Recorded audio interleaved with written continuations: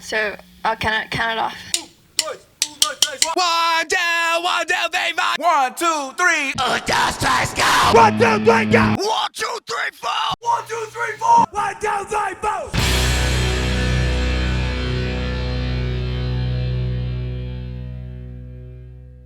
Hey there, folks. Welcome back to the rehearsal room. Nick here. Aaron's here. We're going to once again take you down the annals, I guess it's the word. Very dangerous That's usually word. happens on the third date, but That's a very quick moving date also.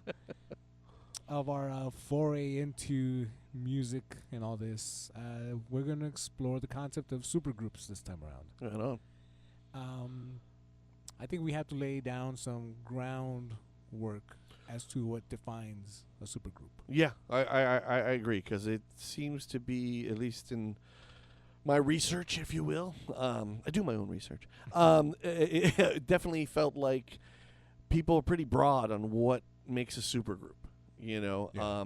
And I do understand, like, I don't know that there's one definitive, but I certainly have my own.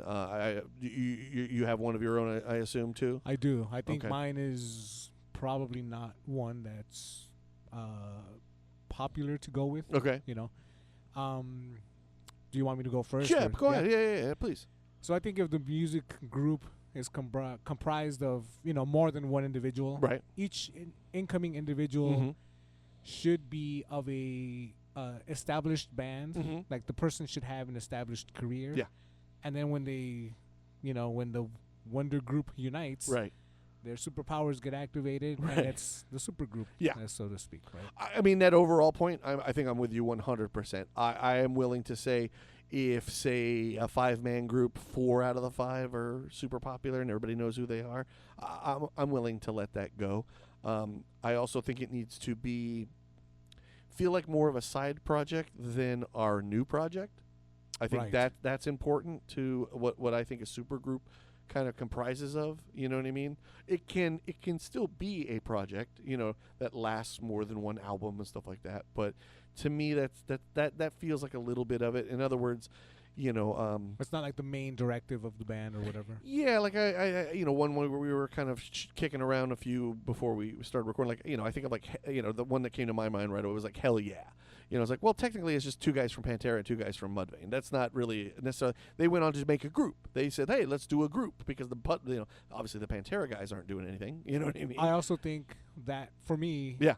that falls under collaboration. Again, yeah, absolutely. I think that's another part with the supergroup that can get muddy. The Yeah. waters is, what's the difference between a collaboration? Obviously, one song, that's a collaboration. We all know Sure. that, But how much of an album do we do together? If I bring in a guitarist to guest with me the entire time, is that a supergroup?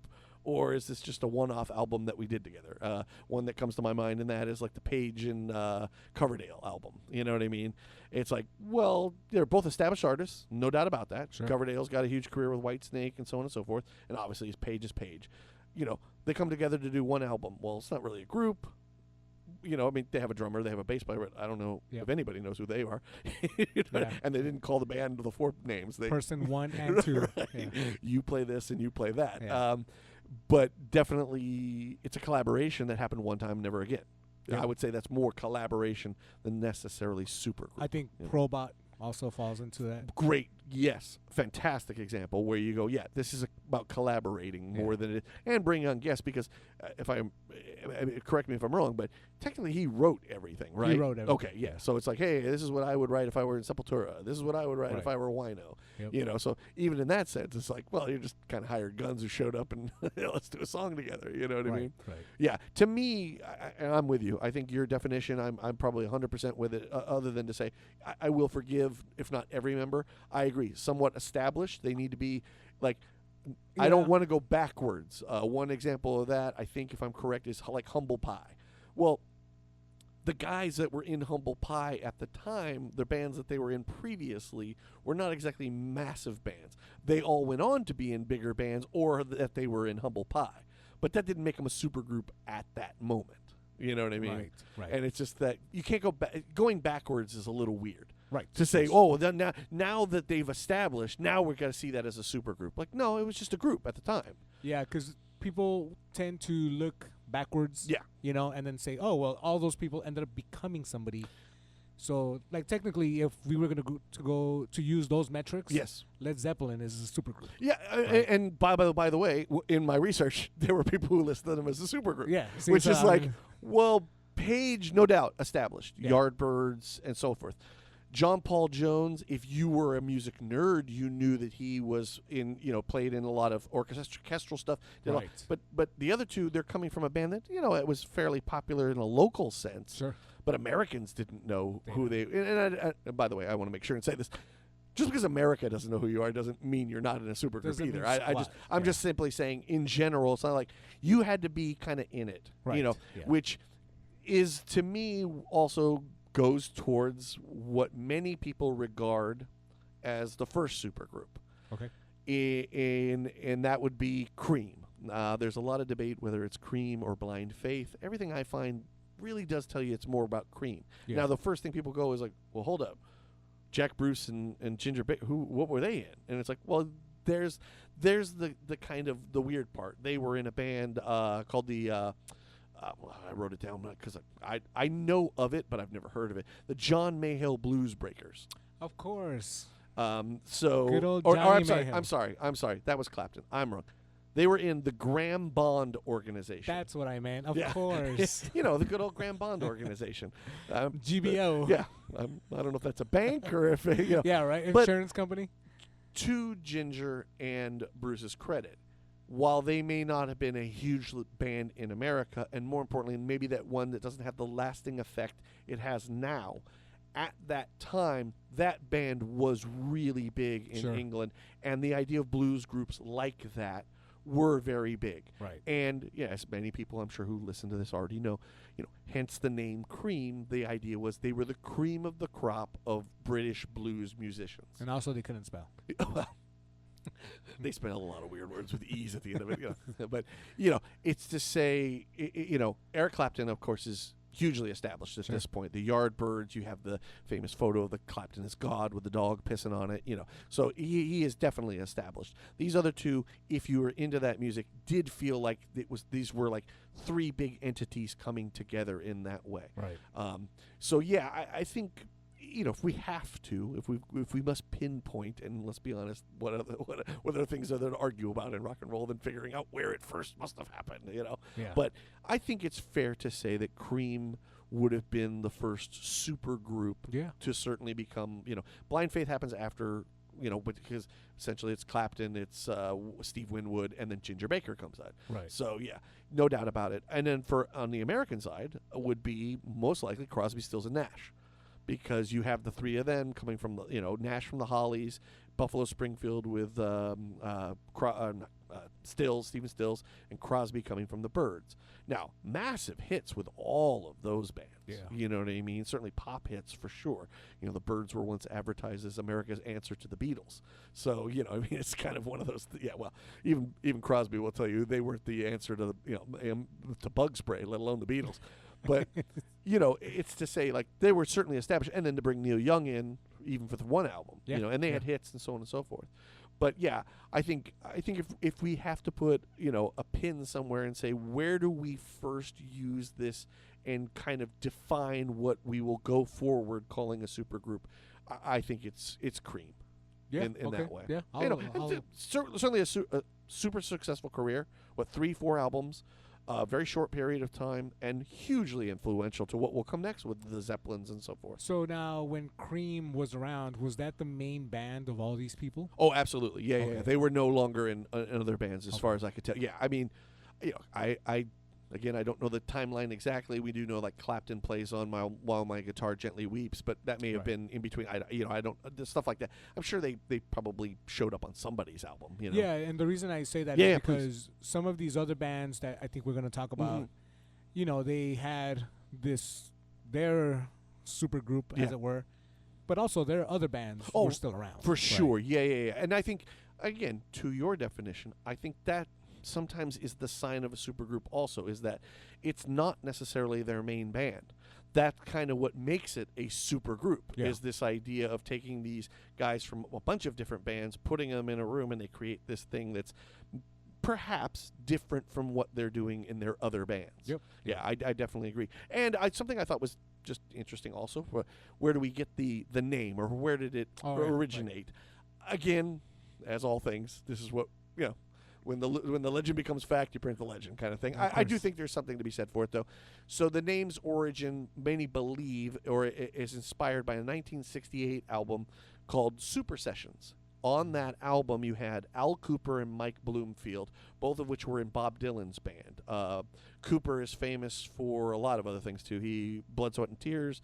He's also Leonard Skinner produces their first 2 albums, gets them signed to MCA.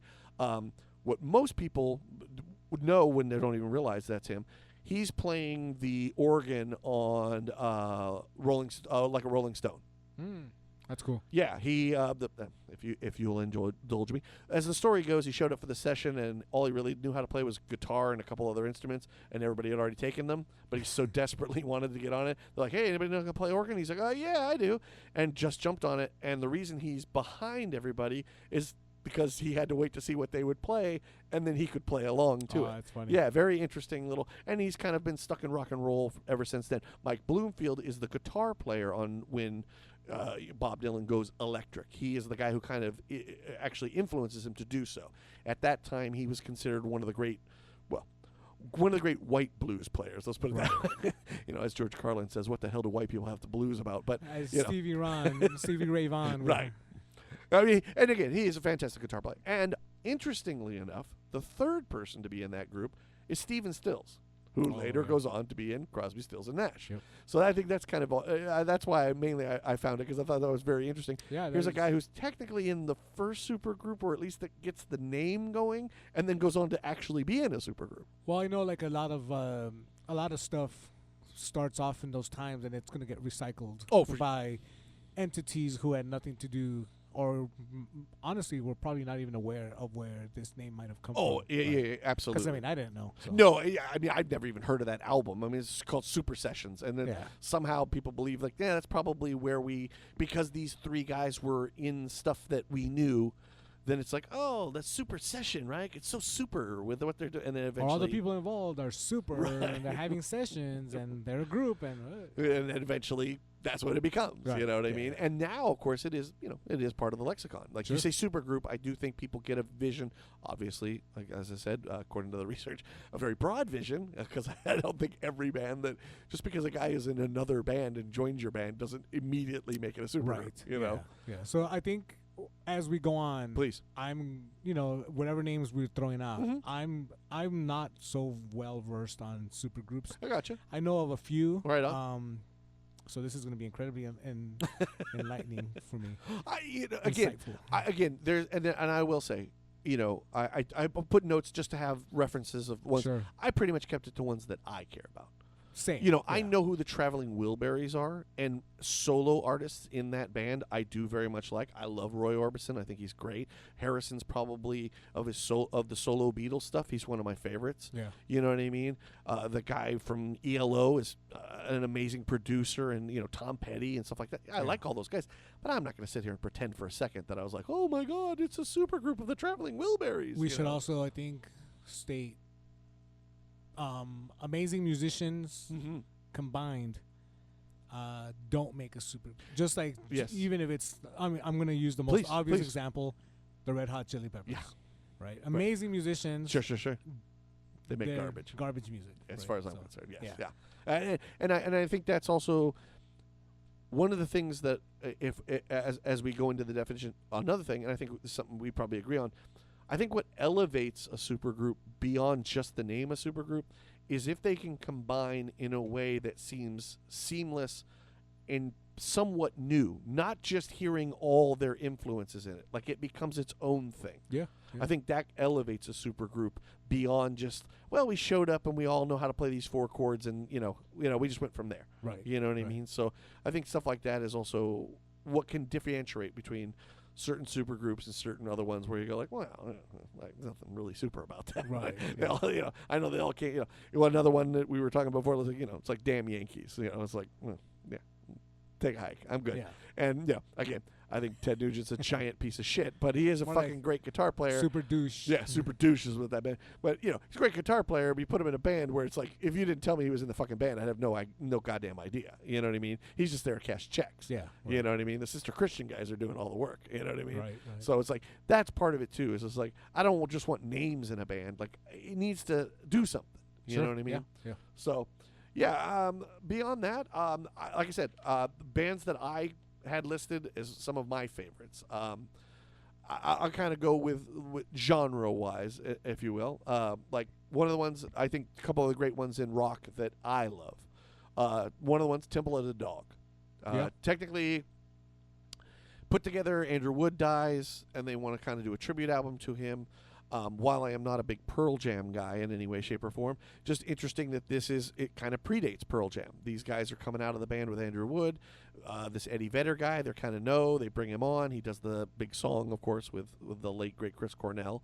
But that album was hugely successful. It's really good. Yeah. And, just something of its era also that I really love. You know what I mean? Great songs. I mean, Chris Cornell's one of those guys. I'll listen to him sing the phone book. I don't really give a shit. You know what I mean? But that was always one that stuck out and felt in the moment, especially if you were into that grunge scene or at least were old enough for the rock that you were listening It's to. very cemented in the time frame. Oh, for that sure. It's from. Yes. Yeah. I mean, I'm pretty sure the CD comes with a flannel. I mean, it's I mean, as soon as you open it, a cloud comes out, starts raining on you. Suddenly I got coffee. You're like, what the fuck? Yeah. I have a Starbucks gift card. Another one that comes out much later, but involves some of the same people, and more importantly, the same kind of thing that I absolutely love is Mad Season.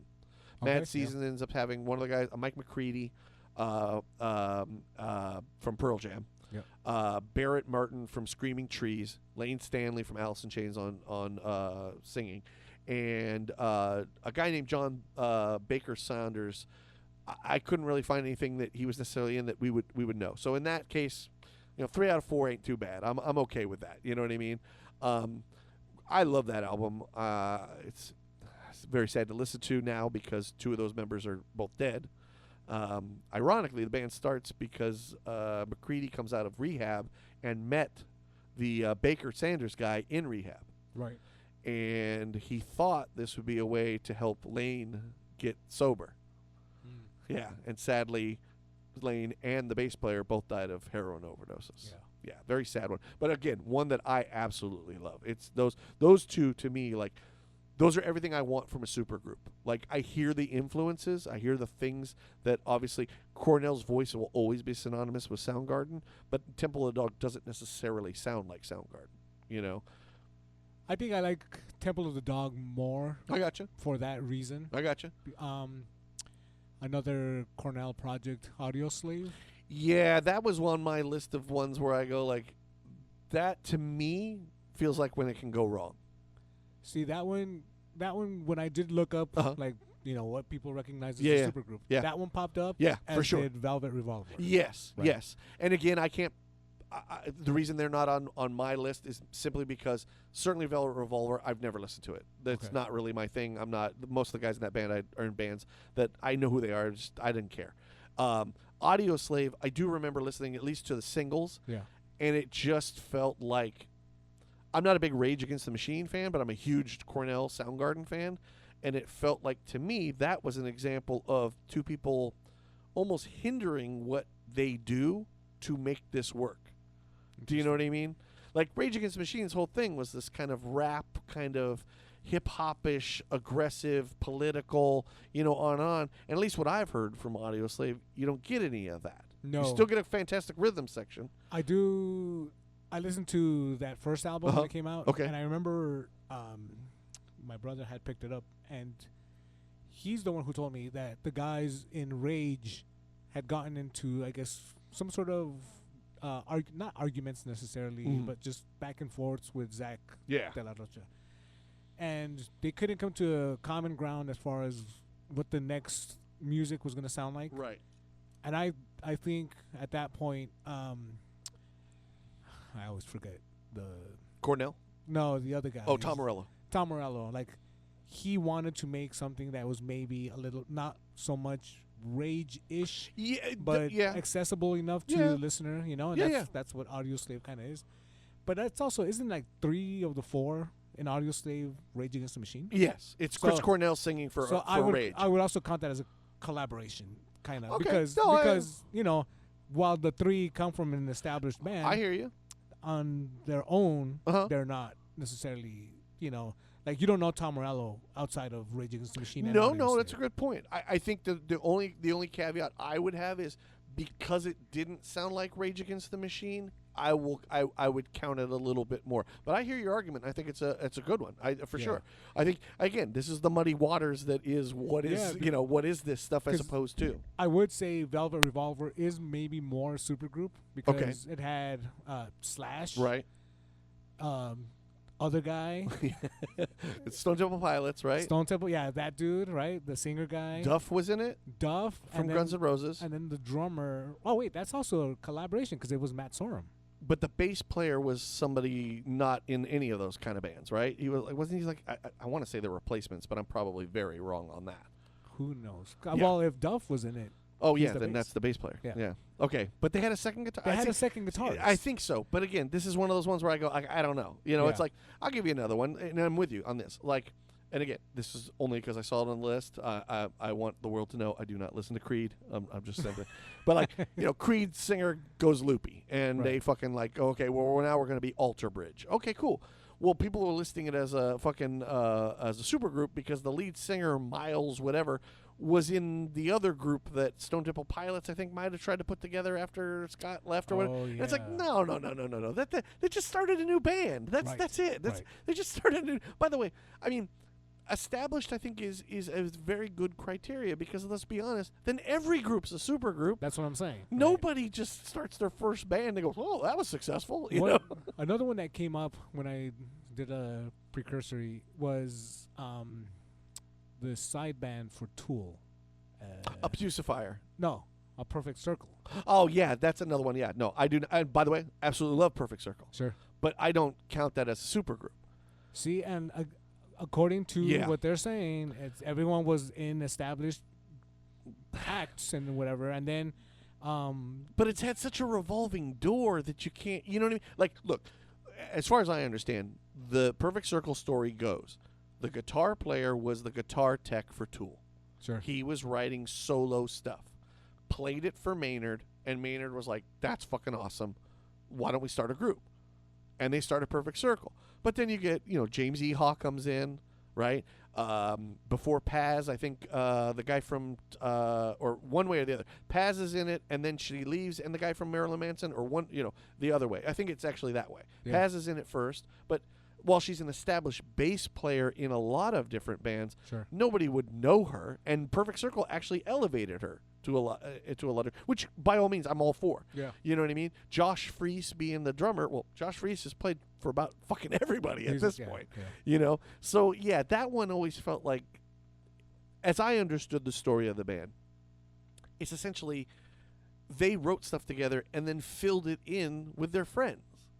If they're not in the studio creating together, then it's like, well, then they're just hired guns. Now you hired some fucking amazing guns, James Sure. Yeehaw and so forth. Yeah. But those are the ones. Yeah, and these Please. are all of these ones that I brought up so Yeah, far are yeah. not bands that I'm necessarily like a fan of. I got They're you. just No. the ones that when I was like, Yeah, yeah, what the fuck is a supergroup?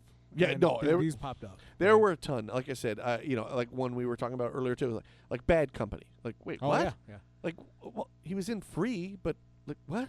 Well, yeah, but they're they're good bands, or I'm not saying they're not. I just Bad Company became much bigger than Free, Sure. and the guys in it became big because of Bad Bad Company. Company. Yeah. I don't know that Bad Company at the moment did. And again, we may have been alive, but not present Not in there. that. Yeah. It's like, did people look at it as a supergroup? I don't know that I don't. they did. I don't know that they did either. I think And it's hindsight going, oh man, how do we not recognize all the talent? Because one other one we talk about is like, well, then every Frank Zappa lineup has been a supergroup. exactly. Yeah. Like at some point you have to delineate a line here. You Another know? one that our good friend mentioned Mhm. before we finished that podcast episode. Yeah. Before this one, Yeah. at some point Danzig could have been considered a supergroup. Because Absolutely. he had Typo Negative, Right. Prong, Right. and then fucking Joey Castillo. Yes, I names. always but- fucking forget it. But also, and as we said too, well, then the first Sam Hain record to some degree is a suit, even if they didn't, you know what I mean, like performing on the record, it's like again, there has Yeah. to be some kind of delineation. If we're gonna call something something, then we have to have some kind of Right. delineation, you know. And I think some of it is you can't do it completely on hindsight. Right. Yeah. You know what I cannot, mean? Yeah, exactly. It needs to cannot be feel like hindsight. it in the moment, like, oh my God, these guys, ladies, people are playing together Yes. to make this album. Yeah. You know what I Yep. mean? I think that is maybe the overall definition of a supergroup. Like you go, wait, who's writing with who? Holy Right. crap. Like, what's that going to sound like, you know? Do you have a Yeah, group that you wanna- yeah, and a lot of other examples. Let's see. I'll save the metal ones for last, since that's where I think some of my favorites of all. That's honestly like most of. I mean, the few that I have are metal or loud music. And I in totally, nature. totally understand. Obviously, the biggest one in country music, the Highwaymen. You're Yeah, talking yeah. Waylon, Johnny Cash, Willie Nelson, and Chris Christopherson. Yeah. Like, I mean, to me, that is almost like a corporate version. As much as I love all those guys, you know, it is a corporate version of exactly what you would do if you sat down and created a country, you know, a supergroup. This is what you put together. Yeah. You know what I mean? And, you know, great songs coming from them. They're all, you know, talk about established. By the And especially, interestingly enough, established, let's be honest, all of them as solo artists. They're not bands in any way. Right. You know, these are, I mean, they all have bands. You understand what I mean? But it's like they're all established solo artists They're now like coming the together. people from those bands are coming together to make yet another band. Absolutely. Yeah. And I think that's like almost the epitome. They are the traveling Wilburys of country in that Yeah, way. yeah. You know what I mean? One that I definitely like. I'm a fan of every one of those guys. Chris Christopherson, probably the least of the three, but still, you know, I mean, those albums are really good. And, you know, to go see them in concert, what must have been insane. Yeah. Because you knew you were getting Highwaymen songs, and then each one of them was going to do some solo shit. Yeah. You for know. sure. Rap was an interesting one. And again, as people who've listened to the podcast know, I am definitely a fan of hip hop. I do not profess to be any kind of scholar in it. I'm still learning a lot as I get deeper into it. This one was really tough because, let's be honest, one of the hallmarks of hip hop is collaborations. Yes. You know, everybody features somebody. You know, nobody does an album all by themselves for the most part, right? So what does dictate a supergroup in hip-hop?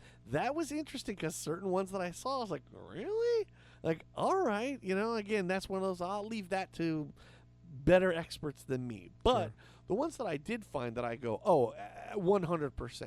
One of my favorite ones, for sure, I've talked about him in the podcast, Deltron 3030. You have Kid Koala, you have Dan the Automator. Both of them have established careers in hip-hop. And then Del the Funky Homo Sapien, who I can't recommend his solo stuff enough. I mean, the guy's, he's a one of one. And you put those three together, and what they created is amazing. For many people, as I mentioned when I mentioned listening to them, you technically have heard some of it if you've ever heard the Gorillaz. Because Right. the famous one, the Clint Eastwood one, you know, finally, someone let me out of my cage. That's Del the Funky Homo Sapien. Yeah, yeah. And the producer on that is Dan the Automator. So if you've listened to that, you've kind of heard Deltron 30, which is kind of where this all started, you know. So in that way, where you get those three collaborating together and forming their own group, 2 albums, I'll go ahead. Yeah, I think that's a super group. Certainly in hip-hop, in terms of hip-hop. Another one that I definitely think so, technically 2 albums. Well, not technically, 2 albums. Black Star. Mos Def, Talib Kweli. Yep. The first album especially, it's called Mos Def and Talib Kweli are Black Star. I cannot recommend that record enough. It is unbelievably fantastic. You have both of them kind of at the peak of their powers at that point, and they're killing it. Very socially conscious, the whole boom bap. It's just amazing. It's a fantastic record. Second one, I had a lot of high hopes for because Madlib was producing it. You know, again, it's hard to live up with, especially with the first one when everything feels new and sexy. You know, Yeah. but I would definitely say big time super group when it comes to hip hop. The other one, another one, which is an obvious super group in hip hop, is West Side Connection. Ice Cube, Dub C, and Mac 10. Mac 10. To me, it's like, I remember when that came out. So certainly was this is when the East Coast West Coast battle was going very strong, sadly, because it took away two of our great rappers, but unfortunately, and they looked to really try to commodify on it, and putting West Side Connection together. Mac 10 and Dub C, you kind of had to be into West Coast hip hop to kind of know them, though they were established. Sure. Ice Cube, forget about it. He's a legend in every sense of the word. And more importantly, that album is all about fuck the East Coast. Every song is just, that's all they're trying to say. The West is going to take over. Don't fuck with us. Talking tons of shit about all these East Coast, artists or just the East Coast in general, and Cypress Hill, weirdly. But either way, they had beef at that time, And to me, it was like one of those ones where, if I'm being 100, I obviously knew who Ice Cube was at the time. I definitely knew who Mac 10 was at the time. Right. I had not really heard Dub C. That's another thing I love about sometimes when these supergroups or collaborations, I'll add this just in this little caveat, is when you get introduced to somebody that you go, well, who's that? I know, you know what I mean? That's always a nice surprise. And I remember Dub C definitely being that, where my friends and I we were obsessed. Who's this Dub C guy, man? He is fucking awesome. Because we had never really heard him before, So definitely that. The last one, hip-hop wise, I am a huge fan of is Czarface. I mean, at this point, this is one of those weird ones where you go like, they've got 13 albums. Like, I don't know if they're necessarily a supergroup anymore, you know what I mean? But definitely, I mean, Inspector Deck from Wu-Tang, who I think is one of the more underrated guys in Wu-Tang. His first solo album is an underrated solo Wu-Tang album, I will say to anyone who wonders about my opinion, and I'm sure you all do. 7L is the other rapper, and then you have Esoteric. Or I'm sorry, Esoteric is the rapper. Yes. And then 7L is the producer. Again, both of them were established. Were they Wu-Tang established? No, but they were definitely both established. So for them to come together, and I think the reason I also like to count it, even though the 13 album thing kind of hurts it, in my opinion, is that it doesn't sound like Wu-Tang and it doesn't sound like their other stuff. And it's a completely, Czarface, for those who've never heard it, is essentially a comic book character they've invented. Every album takes from comic books. It's about this like superhero villain guy that's always, they have certain albums. One of my favorites is Czarface versus Ghostface. So it's about their, like, as if you picked up the comic of, Czarface versus Ghostface. Oh, what's going to happen? The further adventures of, This actually reminds me of something I had mentioned to our friend who had dropped by. 7L and Esoteric are also an Army of the Pharaohs. Oh, so right. That technically would be a supergroup yes, as well. Exactly. Yeah. Exactly. Okay. All right, cool. So, and that's interesting too, that people can be part of kind of many supergroups. If you yes. really, and I think if you try hard enough. Well, certainly in rap. Again, rap is in that way, which is interesting too, because there's so many things that tie in. There's so many connections to jazz and rap. Yes. One of the things is jazz, trying to find a supergroup in that. There's a couple that I found, none that I knew of, but you're not also like Art Blakely is this great band leader. And if you look at the people that were ever in his band, it is a who's who of jazz musicians. But the beauty of Art Blakely was, at the time, he was bringing in young kids to come play with him. So they weren't anybody necessarily at that time. Kind of like what Miles would do. His second great quartet. Well, now we look at it and we go, Herbie Hancock and Wayne Shorter. Oh, my God. And the drummer and the bass. Holy crap. Well, those kids were known if you were into jazz, but became much more established because they played with Miles and wrote a lot of the music that they performed. Right. So, supergroup, not so much. More awesome. Collaboration in jazz. Awesome, but not quite supergroup. Yeah, mainly because at that time they weren't as established as we have established in our own rules Right. of what makes a supergroup. Of everything that everyone should abide by. Right. And then we'll go to the genre that obviously we are both major fans of, and that is metal. I will kind of go in an order that I think will be fun. One of the newest ones made my albums of the year. I know you enjoyed that album, Malefic Throne. Yes. Malefic Throne put out an album this year, last year. Sorry. Last year. The Conquering Darkness. Fucking great album. Yeah. Steven Tucker from Morbid Angel fame and a few other bands, let's be honest. John Longstreth is his name, from Origin and Angel Corpse on drums. Also played in Hate Eternal. And then Gene, here we go. Man. Paulubicki? Let's go with that. Yeah. Guitar player for Angel Corpse. I think he's the longest member of the band. And in Perdition Temple, Yep. which is another fucking great band. But what the thing I love about it, and it's one of the first things you said when I sent it to you, was what I love about it is I know all these guys, I know what they do, and I hear bits and pieces, but this sounds like its own band. Yeah. And I couldn't agree with you more. And I think that's the thing that turned me on the most about it. It's like, oh, no, I hear the Tucker parts that I would hear in Morbid Angel. Yeah. I definitely hear the Angel Corpse stuff. I hear a little Hate Eternal, but this is its own thing. Definitely. And it's a great album. That I one cannot was on my recommend it. list too. Right. Okay. Good. Another one, and this one I'll be interested because I'm interested if you would agree with this because I added it because I thought, yes, but we'll see. Okay. You tell me. SOD. Yes, they were on my list. Okay. Yeah. Good. Okay. Yeah. You have the two dudes from Anthrax. Absolutely. Dan Lilker from Brutal Truth. And technically Anthrax. And well, yeah. I mean, right? I mean, yeah. I mean, now was that? I don't know if that was known at that time. Maybe maybe that's a little hindsight. But I don't know if I it was think that part is more hindsight. Okay. Because when fair enough. SOD wasn't panning out to be like a full-fledged band, Right. he did say, "I'm just gonna go back to Brutal Truth." Okay. So, and then you have Well, he was also Nuclear Assault. Nuclear Assault. Is that the other one? Okay. Yeah. And then.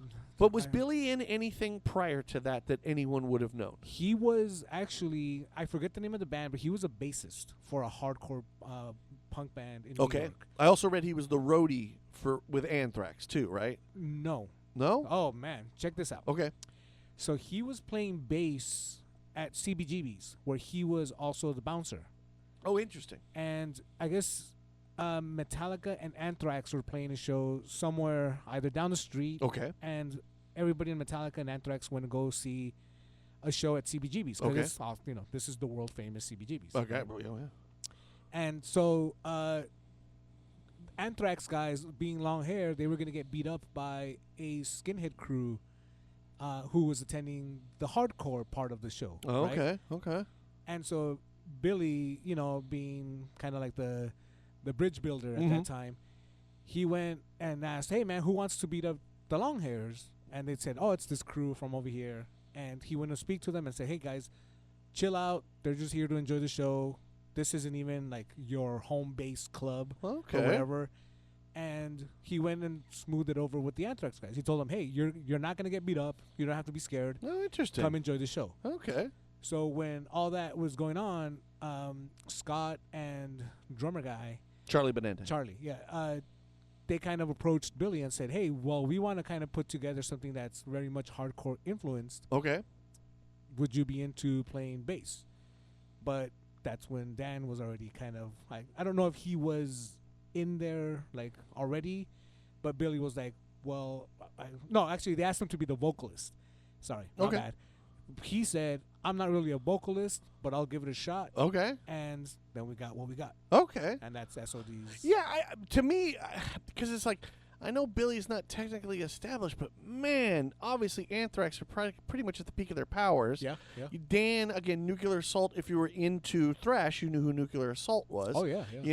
So, and again, I guess maybe I'm playing a little hindsight, but, I know that album would be a little now, but Sure. Speaking of Should Die was huge. Yeah. I mean, that was one of those kind of earth-shattering records that I've heard Billy or the guy from Scott Ian talk about. He was at a party and Eddie Vedder stopped him and was like, "Dude, Speak English or Die. I can't tell you how many times I've listened to that." And he was like, "Get the fuck out of here." Yeah. So in that sense, I think it's just another reason to say, yeah, definitely a supergroup. And what, 3-4 albums at that? 2 albums. Is it just the 2? Okay. 2 albums and like an EP and a live. Okay. album. Okay. Yeah. So yeah, okay, good. I'm glad. I thought they definitely deserved it. Yeah, Well, SOD if was they definitely- deserved it, then I know you're definitely down with this next one that I would say. And that's Brujeria. Brujeria. I mean, That to me, one- that's See, what because the main guy wasn't in anything before Brujeria. now. Which one are you talking? The guitar player or the singer? The singer, Juan Okay. Brujo. I hear you there, but come on, man. Napalm Death, Carcass. I mean, the in and outs of that band alone. I mean, you got 2 guys from Fear Factory, and I just feel like You're not wrong. I But I think when they started, Yeah, it was more a collaborative effort, for sure. No, And- no. Oh, yeah. and it became a band. And like, they became an established for band. sure. But Yeah, I yeah. do think Brujeria as a whole is more collaboration Okay. that evolved into a band, because none of the lineups were ever secure, right? True. There's only been like 2 or 3 guys that have lasted for most of it. Yep. Yes. And even then, the 2 of the mainstays Yeah. passed away, and R- they okay. before Brujeria were not really known for R- other stuff. Yes. When I looked into it, yeah, that's where I just thought, when you're looking at 5 albums and you're looking at guys from Fear Factory, Napalm Death, yeah. Faith No More, Cradle of Filth, and Carcass. Dude, all And the it's like, elements Jesus, are there. man. All of the elements are there, but I do think that All right. yeah, All right. I do think that one falls more into like collaboration evolving into a band. Okay, well then, this brings me to the next band. I'd like to hear your opinion on this one. No, because I think this is it. No, this is interesting. Yeah. I don't know how familiar you are with them. I'm very familiar with them, but I don't know if we've ever talked about them, so I don't know. The band Twilight. Because That I feel one I like, think is supergroup. right, because I mean technically there's a core. Yes. And then there's revolving members around it. Yes. So that's a very interesting one, mainly because all 3 albums are so different Yes. from each other because of the revolving members, but the core of the Nachmistium guy, Leviathan, and God damn it, other guy. the Krieg, Yeah, Krieg. Jameson. Yes. Because in and out of it, you get the guys from like Minsk, Exaster, Sonic Youth, Atlas Moth, ISIS, the Dargar guy, and Sanford Park. You know what I mean? They all kind of revolved in and out. I think because that core Yeah. started it Right. and stayed, Yes. I think it will qualify Okay, as a good. supergroup. Yeah. Okay. Yeah. I certainly saw it as one, and one of the more interesting ones. Again, that has a core, but has this revolving, and that's kind of where I saw where like Brujeria. It was the same thing. It's Because like, also the please. people in Twilight, uh-huh. everyone who's the core Yeah.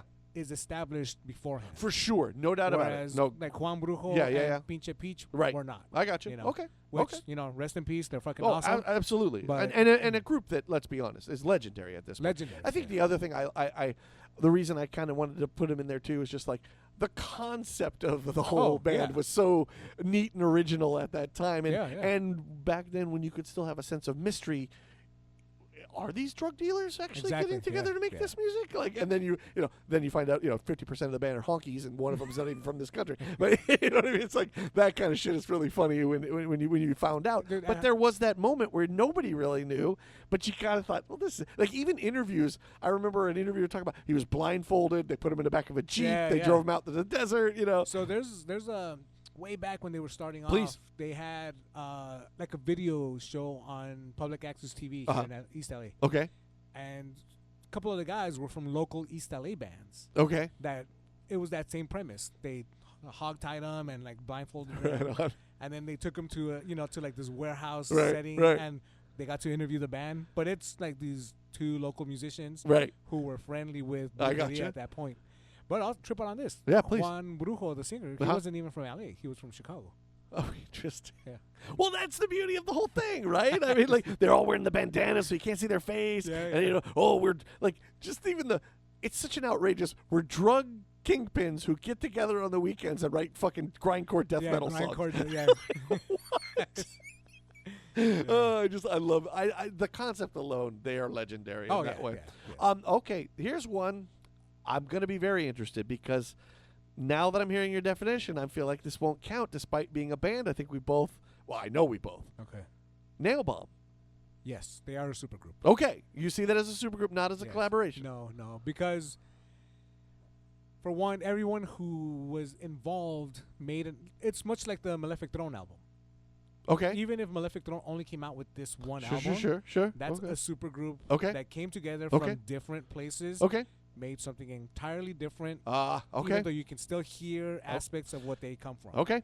So Nail Bomb, also on my list, Okay. was a supergroup. Well, I mean, our affinity for all things Max, All and Things then Max. just Nail Bomb in general is just such a fucking. You got Fudge Tunnel Homie Yeah. on bass, Well, and they are the mainstays. I mean, ultimately, right? It's Yeah, Newport and him, and then the revolving door of guys who can. Like, I love that there are those songs where you're like, oh, that is Paulo on bass. That is fucking Igor on drums. Yep. You know, and then that great live show they do where they keep revolving the people out of the drums and the bass and everything. I was like, fucking you have amazing. Dave Ed from Neurosis. Right? Okay. Oh, I mean, on, dude. man. So good. Okay, good. I was now that I wasn't sure after hearing some of the other one, but No, yeah, good. yeah, Okay. yeah. And to me, again, probably there are definitely.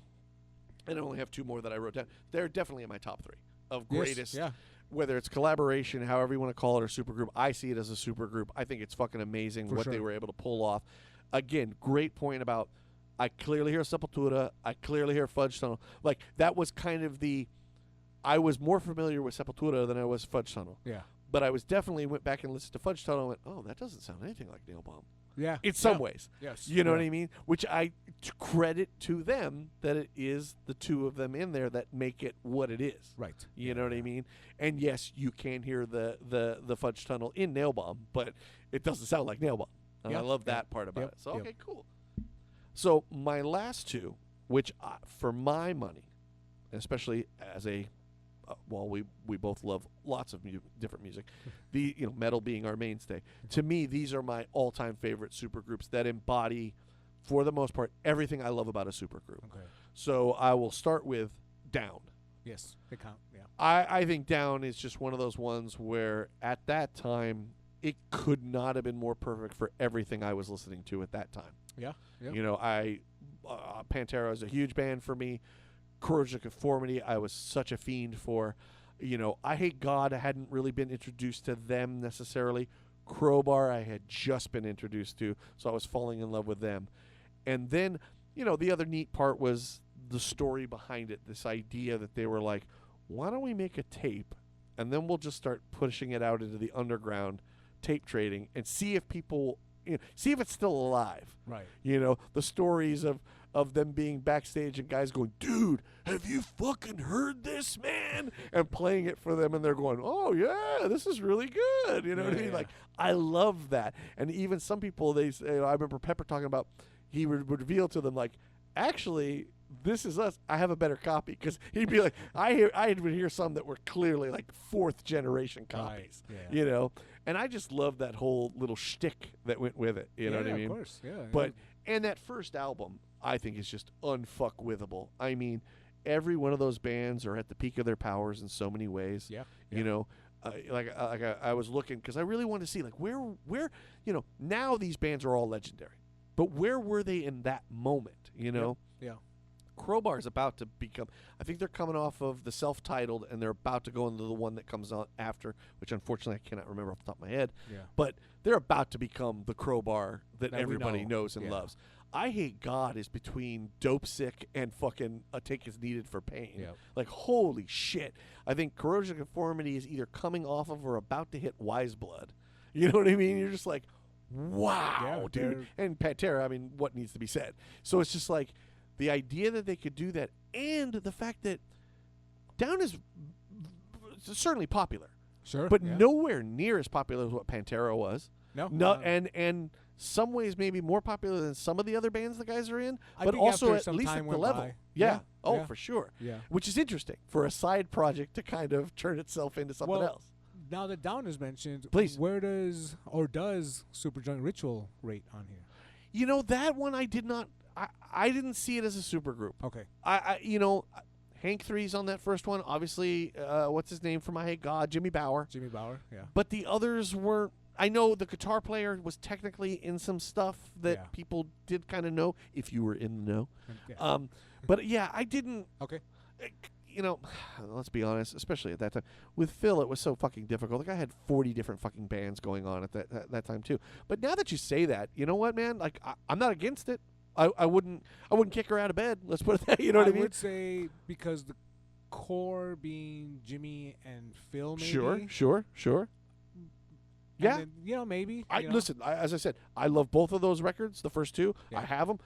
I'm not. You're not making me mad if you want to include if we're making if we're making a fucking Hall of Fame for supergroups, you want to put Superjoint. I'm not going to be mad. I was trying to go for the Let's Make Aaron Mad. No. That's I feel I even maybe needed that's omitted in a way. You know, I don't know that I would have added it to my list, but if I would have saw it, I definitely wouldn't have been like, well, this is fucking crazy. Right. You know what I mean? No, that's a good one. I'm glad you brought that up. I didn't even think about that one. Okay. But yeah, I think there's something to be said for that. But he had, didn't he have that black metal one? Was the guy Viking from Crown. Yeah. Yeah, So that was not good at all. no, well, no surprise there. But it's just to say, there's so many of them that in that way, it's like, I didn't never even occurred to me. Mainly because of all of his side projects. Because like technically, I think I even saw what's the one he's in, The Scour.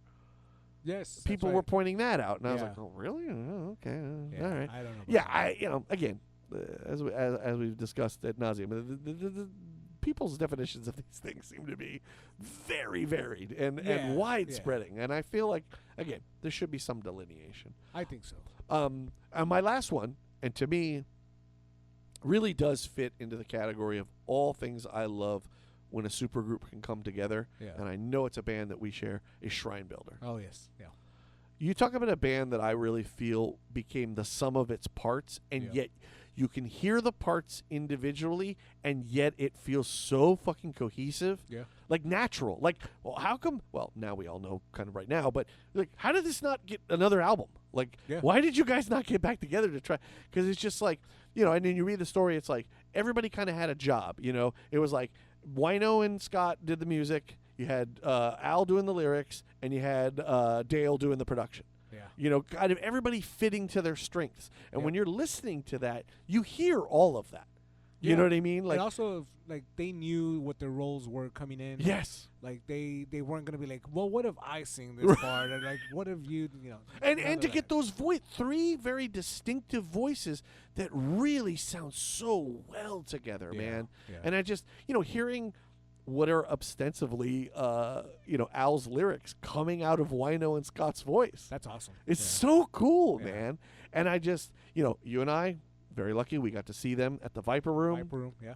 I mean, that, again, that's Birth of Kids.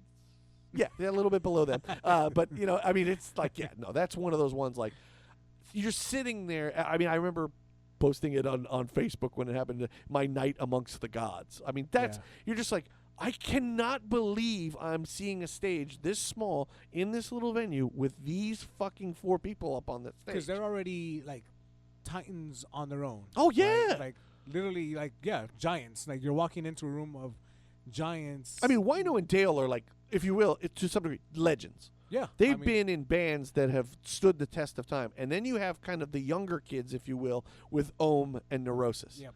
And that great combo, Yeah. No, and a neat little side story is they did 2 sets. I stuck around for both of them. And at the end of the night, I actually got to watch Scott Wino introduce the original singer of St. Vitus to Scott Kelly for the first time.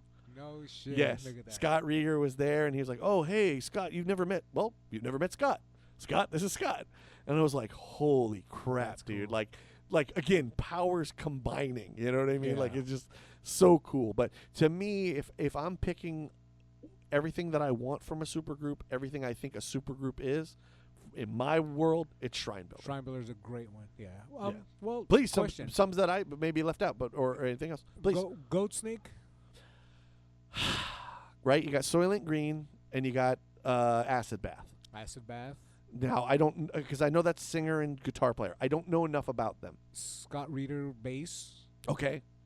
And drummer from somewhere. Okay. That again, I would have to look to see what those other bands were, but Yeah. I'm not a big enough fan of them. No, you know what? You got look, Soylent Green and Acid Bath. You're absolutely right. Those are like, although you could make an argument that, well, if Acid Bath was so established, then why didn't Why? I know the bass No, player no, died no. and they kind of called it a day, and I get that part. But Acid Bath, while loved by those who heard them, were not a massive band necessarily. Not originally. Right. No. I remember I remember seeing all the advertisements and like zines and shit for that when the kite string pops. Yes. And people were making fun of it. Yeah. And it was like, Well, all right, but it looks cool, man. It's a fucking Dude, that- Gacy painting. I mean, well, when we just got to see them on the reunion tour, they were amazing. fantastic. That, I mean, it's just fantastic. that band combines so many great things into one. Here's another one. Please. Corrections House. Yes, I would definitely. I left them off, but there's no doubt. Yeah, Yes, all right. I Yeah, mean, I yeah. Hate God. Is, you have Neurosis, and you got Sanford Park. Sanford Park, Yeah, yeah. yes, in every sense of the word, that was 2 albums, right? Yeah, absolutely, and both fantastic. Both great I think albums. also play to their strengths. Yeah, in, very in much each so. way. You know, Yeah. allowing the guy from I Hate God to kind of do his poetry, if you will. Yep. You got Kelly with the riffs, and you got Sanford Park adding the atmosphere. The atmosphere. For sure. Yeah, definitely. It was one that I do remember coming across more than a few times, and I don't know why I didn't write it down, but yes, for sure. That one was probably, if I got to do like a top 3, it would have been Nail Bomb, SOD, and Corrections House. Okay. No, again, like I said, for me, my top 2 would definitely be Down and Shrine Builder, but yeah, I mean, every one of those that I put on there to me were like everything that you know. Can't even remember the topic now. Yeah, supergroup would be. Yeah, I know. Yeah. It's everything a supergroup would be, and it's just to say, some I'm bigger fan than others. I'm not the hugest Bruharia fan, but Right. at the same time, like you got to give credit where credit is due to some degree. Same with SOD to some degree. Yeah, and this, But yeah, Corrections House. That's a bad omission on my part for sure. No, yeah, I mean- I think they're a great band, and Yeah. and again plays to, like I said, plays to their strengths, which is also something that I love about a good band that comes together like that. yeah, that was cool. Yeah. I thought I had one more. I thought I had a punk one. Because I'm surprised that more of these supergroups don't exist in punk. And I'm sure they do. I did look up punk, but unfortunately, you are far more versed in punk than I am. So some of them I was like, I guess I don't. You know what I mean? I did mention prior to us recording, but Off, does that technically? Well, because when Please, you mentioned yeah, that, yeah, I yeah. did say that the guitarist, I don't know the guitarist's Okay. work from anything beforehand. And he was one of the main driving forces in Off. Was he? Okay. Yeah. Then yeah. You know, And that again, that shows my lack of kind of punk knowledge in that way. I actually think he know. was a film director. Oh, interesting. Yeah, I think he was in film before, and he wanted to either keep like a sense of Circle Jerk / Black Flag going, Right. or it was the fact that he wanted to just really work with Keith Morris. Okay. Something to alright. that effect. Would you say the incarnations of Black Flag post Henry are almost supergroups? Those are collaborating. Okay. Those are very Mike Valley cool. and Valley and yeah, no. Yeah, punk. However, please. I will say. Actually, no, I won't say, because You when can say it. when You Black can tell me. I'm a doctor. it itches here. When Black Flag was a 5-piece, Mm. but that's no, because you had Chuck Biscuits on drums. Okay. And he's coming in from DOA. Right. But everybody else only came at that point anyway. Only came from Black Flag. Yeah. Again, these are all these. I saw Foo Fighters as people were saying. I as saw that one supergroup. too. And it's like, okay, Yeah.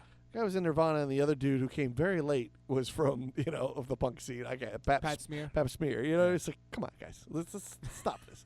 You know what I mean? Yeah, Like, see, that's, by the way, that's what you it can is. just form a group, even though you were from Right. another band. It's perfectly okay. Right. Right. But yeah, I like I said, I did kind of punch in punk supergroups into the computer, and I'm very the stuff I surprised saw, that- I was like, sure. So, and like I said, I wanted to keep it honest into ones that like I said, I'm not a Crosby, Stills and Nash guy necessarily. I know some songs, but I'm not gonna sit here and pontificate about a band that I don't know enough about or even give a crap about, to be completely honest with you. Yeah. A lot of them. I mean, I think you saw a lot of that. Obviously, in the '70s, there were these. Emerson, Lake and Palmer is seen as one. I'm not an Emerson, Lake and Palmer guy. It's just No. nothing against them. If you like them, I don't. No problem. And I know this is Please. kind of late in the episode, but this is not like a slight on any of these people's No. musicianship. No. And look, whether collaboration or supergroup, the thing that I think is neat is that this is the beauty of music. Is like these guys, anybody who wants to expand outside of what they already do. I love Yeah. that. I would love to see them kind of do. Oh, I just thought of one. I guess would be technically punk. Is the Son of Sam? Oh yes. Well, yeah. that- No, yeah, because it's AFI, Okay. London May, who comes from Sam Hain. Right. And a GD playing keyboards, I believe. Yeah. Unwillingly playing keyboards. You can't even use his full name. Just gotta use the initials. The goddamn. Yeah, I mean, technically. I mean, again, I don't. You are the punk guy. I don't have the punk meter to determine. But what honestly, I'm surprised that I didn't put this in. And I know if anybody listens to this that we know, they're gonna get mad that I didn't come up with a punk supergroup. But I'm sure there is. They're one. probably screaming it at their radio right now or whatever. I'm like I said, I know we've missed a bunch, and obviously criteria is different for different people. Sure. You know what I mean? Yeah. And again, I just think. I think maybe the biggest requirement for me is your supergroup has got to sound different than the group you were in before. Bad Company doesn't sound any different than Free. Nothing against Free and nothing against. By the way, I like both of them. I don't hate either one of those bands. It's just to say, all you did was just kind of continue what you did in Free with 3 new guys. I would just like to say I'm not a fan of the band Bad Company that had the song Bad Company off the album Bad Company. The trifecta. But they do feel like making love. Well, who doesn't? It's kind of an obvious song there. I don't know how somebody didn't do it before. I do think when it came to, I found way more collabs. Yes. Maybe at some point we can do an episode on that. Yeah. Oh, absolutely. Like what collabs we like the best. Sure. Yeah. Yeah. That would be cool. I mean, one just recently last year was on my year-end list was that Mike Patton with there's a guy talk about collab. Like I saw that one. As much as I'm a huge fan of all things our Lord and Savior Mike Patton, I am not a Fantamos fan, and that made a lot of supergroup lists. Yes, I will say, it's Fantomas. Oh, thank you. But speaking of Mike Patton, what about Dead Cross? See, again, one of those ones. That's not one of his projects that I'm a fan of. Like, I'll be honest. I saw the one I am a fan of. God damn it, Mr. Tomahawk. Bungle? Oh, Tomahawk. Yes. Which I was like, I mean, Jesus Lizard helmet, not wrong, but Right. They didn't, because they actually make a bunch of records together. I don't know, you know what I mean? Again, maybe that's even I can't keep my own muddy waters from being muddy. I think Tomahawk counts as a supergroup. Okay, I mean, I'm not against it. I love all things, many things Patton, and I love Tomahawk. That's one of my favorites of them. Whereas his project that he did, Peeping Tom, is a collaboration album. Right. Each song has different people on it. Yep. You know what I mean? Yeah. The one he just did this year with the Avett brothers. Right. Fucking loved it. But that's a collaboration, That not a is collab, supergroup. yeah. By all means. And again, I think there are definitely those ones that come along that definitely have a clear line of delineation. The recording of We Are the World, collab. Absolutely. Yes. Massive collab. Big time. And Hearing Aid, another collab. Another collab. Yes, Another absolutely. unfortunate collab. Yeah, well, hey, it raised money for good people. It did, but it made a song that, maybe they paid just making sure they never did it again. But either way, I think that was more like, let's never do this well, again. the one that inspired We Are the World. Do They Know It's Christmas? Yeah. A Live Aid. So I definitely collab. Collabs. That would be another fun topic. Absolutely, some of our favorite collaborations, and I think obviously those can be easier delineated. But I don't know. I did Cross again. Not a fan, so I never. I did see it, but again, because I can't speak to it. Right. I just thought, I'll make a list. I can make a list all day of the greatest this, that. But if I don't really know what I'm talking, you know what I mean? That's kind of what. But I think you're onto something with that because you're right.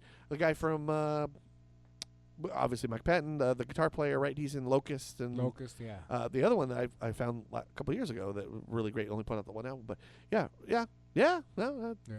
Dave Lombardo. No, that's right. Yeah.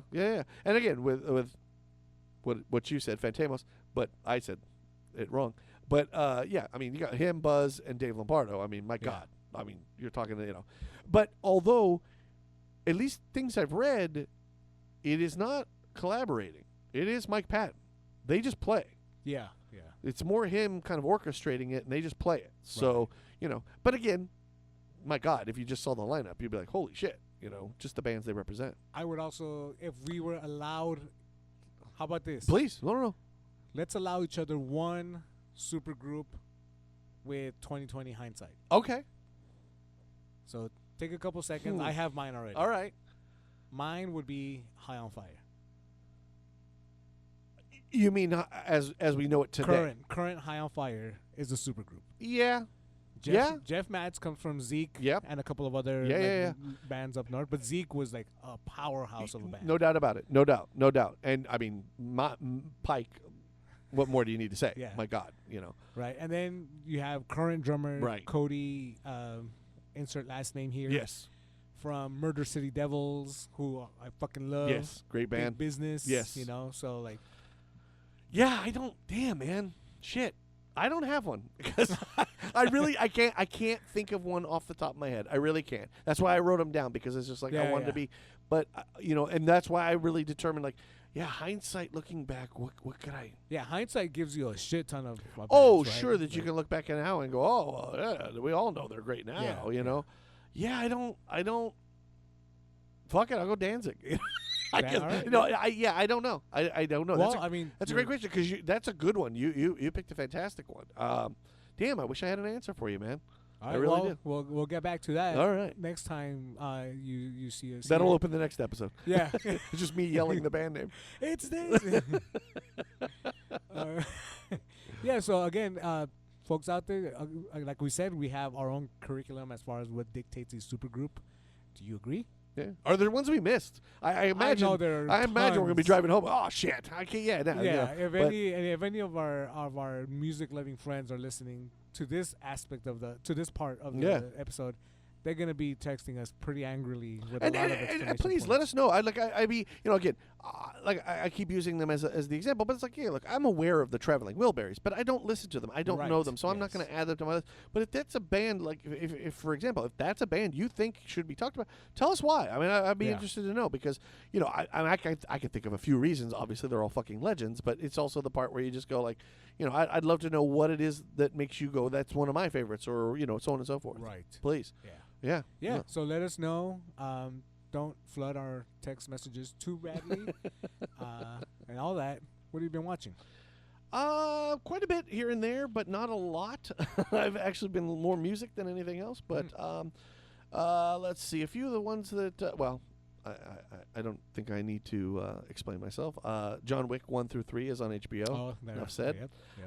If I have to explain myself, you can go ahead and turn the podcast off now. We have nothing more to talk about. Another one that I watched came on Disney, the new Tron movie. Oh, yes. Yeah. One of these interesting phenomenons that you and I have talked about many times. Movies that we loved when we were kids, we weren't reading the trade papers. I didn't know how much money they made. I didn't know Right. if they were popular. I just know I liked them. Yeah. And you and I have talked about this with many movies that we love. Yeah. And Tron, the first one especially, is fucking one. great. We loved that as a Yeah. kid. I thought that movie was so amazing in every Yeah. way. Though technically, very technically, a flop. Yes, It did yeah. make money, but Disney saw it as one of these things where they go like, "Oh, we got to get away from this live shit and get back to our animation," Right. which inspires the whole like Lion King, Little Mermaids, and Yeah. brings them back into prominence. Yeah. The second one, oddly enough, did actually make a bunch of money. It was very successful, which Second is one good. was cool. I love Yeah. the second Yeah, one. second one's cool. So with this third one, I was anxious. I like Tron. I like the world of Tron. Here we Yeah. go. What are we gonna do with it? Obviously, I'm a little more knowledgeable of what's going on in the industry, only because we have the internet. You know what I mean? So you hear these stories. It obviously was a major flop. Disney lost a shit ton of money on it. The promotion alone was more than what it actually made. Right. I'm probably paying Nine Inch Nails was probably more than it made. Yeah. But I still was like, I still want to see it. You know what I mean? Because again, I love Tron, the first one, and it didn't do really well, and now it's become this cult classic that has inspired 2 more movies. So yeah, not great. It feels somewhere in there is a good movie. It's just not on the screen. And there were parts where I felt like, I'm sorry, why? Who are these people? I don't even like. Maybe I missed something, Yeah. but I'm not sure who the Asian girl is that kind of starts the whole thing, or how she knew. Maybe I missed something. It probably Okay. did explain it. I would hope so. It's a fucking movie, but it just felt like, am I supposed to know who this is? You There know? was one selling point that made it tempting for me to check it out. Uh-huh.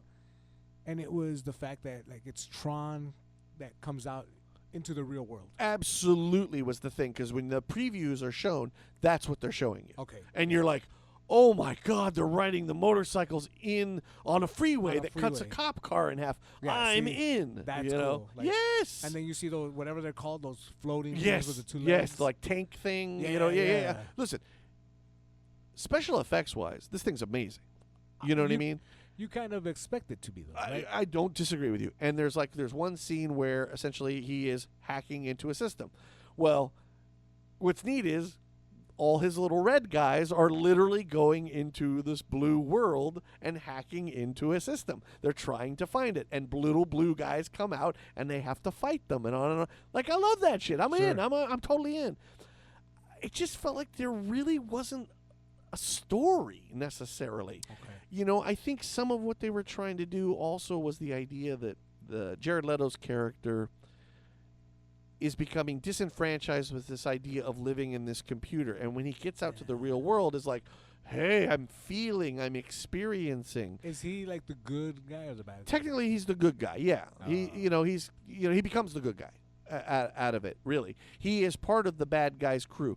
This young male that is in charge of this bad guy, he is essentially the bad guy from the first Tron. He's his grandson. Oh, what's his name? Is David Warner? Yes, the great David. Yes, Fucking well, so many great horror films and everything else. Dude, but The Omen. He wrote The Omen. oh, I did not know that. Yeah, Wow. yeah. Okay. Hey, there you go. So he is the grandson of this company now. Okay. The whole premise is that he has shown military people that he can create these soldiers and these tanks and the bikes and everything else and send them out for soldiers, and no big deal. If they die, you just recreate them. What he lied about is he can only keep them alive for 20 minutes at a time. Okay. Whereas, I'm forgetting his name in the movie, but the dude, you know, his company has done enough research to figure out how to actually sustain it. Oh, Jeff Bridges? Jeff Bridges, Yeah. yes. They've figured out how to sustain it. So now that he knows she has it, he sends these guys to go kill her. And Jared Leto's character is like, I don't think I'm down with this anymore. So he's the glitch in the system. Ultimately, yeah. It's like I've experienced too much Gotcha. of the outside world, and I mean, I love it. There's a big couple scenes where he's talking about how much he loves Depeche Mode. Like the fact that he loves the synthesizer. Like, this is so interesting. And he's like, and Jeff Bridges goes, well, why do you like them? And he's like, well, it's something about I don't know. I can't really describe it. It's just a feeling. And he goes, exactly, man. Like, you're becoming human in a way. Like, you can't describe a feeling because you don't know. You're a computer program, but that's what humans do. We can't always explain what is love. We just know it when we feel it. Right. You know? I don't have a problem with any of that, you know? And I know Jared Leto gets a lot of shit. He does. This movie is not bad because of Jared Leto. It's just not. Okay, I've heard otherwise. I'm not seen this movie. I've heard otherwise, but he's also spoiled other movies. And also, I feel like he's become the actual guy from Fight Club, where it's just like we're all Ed Norton that just wants to beat up on the pretty boy, because he's been in really good movies and done really good jobs in other films. I grant you, his take on Joker, not for everybody. Yeah. The Morbius movie was fucking horrible, though I don't know that he was bad in it as much as that movie was just fucking horrible. I think what it is that he makes himself accessible to the point. Well, he is he's a little douchey. Yes. Like the whole, to be honest with you, the Joker thing for me, I don't have a problem with his Joker. I have a problem with hearing like he was sending people dead rats and weird porn and shit like that because I'm so in character. Right, Hey, man, shut the fuck up, dude. Yeah. That's just fucking rude and disgusting. Put your makeup on. Yeah. Give us a few hee-haws. and Yes. just get But on again, outta like here. the first movie that comes to mind other than Fight Club, Dallas Buyers Club. I thought he was great in Dallas Buyers Never Club. saw that. It's a good movie, and I thought he was really good in it. Oscar worthy? I don't know. Who cares? But I thought he was very good in it. I think the kid can act. I think he's just picking shitty projects, quite frankly. I mean, again, I think the Tron thing, again, I get it. He's easy to pick on. Good-looking kid. Seems like the world has been given to him. I get it. I just think, like, for me, when I watched it, I did not walk away going, what a fucking idiot that Jared Leto was. I walked away going, what a disappointment of a movie that seemed to have certain pieces of potential. Question. Yes, sir. Jeff Bridges is a good guy? Oh, absolutely. Yeah, he is still not Tron, obviously, but because he's not Tron, but Right. whatever the character's name is, yes, absolutely. And they even set it up for what it feels like as they want to do it, which that doesn't sound like it's going to happen. Although in 20 years they will do it. Of course. But where the bad kid essentially he realizes he's about to go down for all this bullshit, so he puts himself, if you will, into the Matrix. The way remember how like Jeff Bridges gets shot and it puts him in it. That's what he does. He puts himself in it, and then kind of looks around and realizes, oh, wait a minute, I can become the controller in here. You know what I mean? Right. So to me, it's like, like it also felt like maybe a little bit of like, so is this all just to set up a fourth? Because why don't we just skip that and just get to the fourth? That's what they're doing anymore. Yeah, like, right? Without any of these movies, it's just to set up the next one. Right, and it just, like I said, All these, like all the Marvel movies. yeah. And dude, I love comics. I'm with I you. No, love the fact that these movies exist because I never in my wildest Absolutely. dreams that I ever hope to see Oh, Thor and Hulk yes. fighting. Not that I did. No. but I know what you but, mean. you know, like I didn't think I'd ever see another Tron movie, and I've gotten two. Yeah, So yes, so- and I hear okay. you 100. What about the kid from the second Tron? Or not the kid, but like, He's not in it. No, isn't he Jeff Bridges' son? he is, and that's another weird part. It's like now Jeff Bridges technically does not exist in this world. He only exists in the computer. Because Right. remember, it's his spirit that is Yeah, in yeah. there, and it keeps that alive, and so on and so forth. So he's not actually alive anymore. You know what I mean? Like, Right. yeah, it's just like I said. Man. I wouldn't say disappointed because I wasn't going into it with like a lot of high hopes because I had already heard Sure. that it didn't do very well for a lot of reasons. I just, like I said, I'm not trying to defend Jared Leto. I'm not a fan one way or the other. I think his band is garbage. But at the same time, it's like, for all of his failures, I don't feel like this one was on him. I think this movie felt kind of doomed from the beginning. Like, before it even came out, people were already like, I think Disney's going to lose money on this. You know what would have been? Where does the city? What city does this story take place? If it does, I don't know. Again, if it does actually say, I don't know. It's definitely a big city. It's tall Okay. buildings and stuff. So you're talking like a major metropolis. This is Okay. a New York, a San Francisco, an L.A. Okay. It looks more like West Coast than East Coast. It's not necessarily very tight brick buildings. It's more sophisticated glass window kind of buildings. Santa Monica-ish kind of. Yeah, or San Francisco or downtown L.A. kind of feel. San Angeles. Yeah. To those Demolition Man that fans. that's what I would. Okay. My guess is. You know what would have been cool Huh, to help please, promote this? please. Rent out fucking nighttime blimps Oh yeah. and drop canvases with neon framing. on them, Okay. Yeah. So you can make the Tron siege yeah. the tanks, right?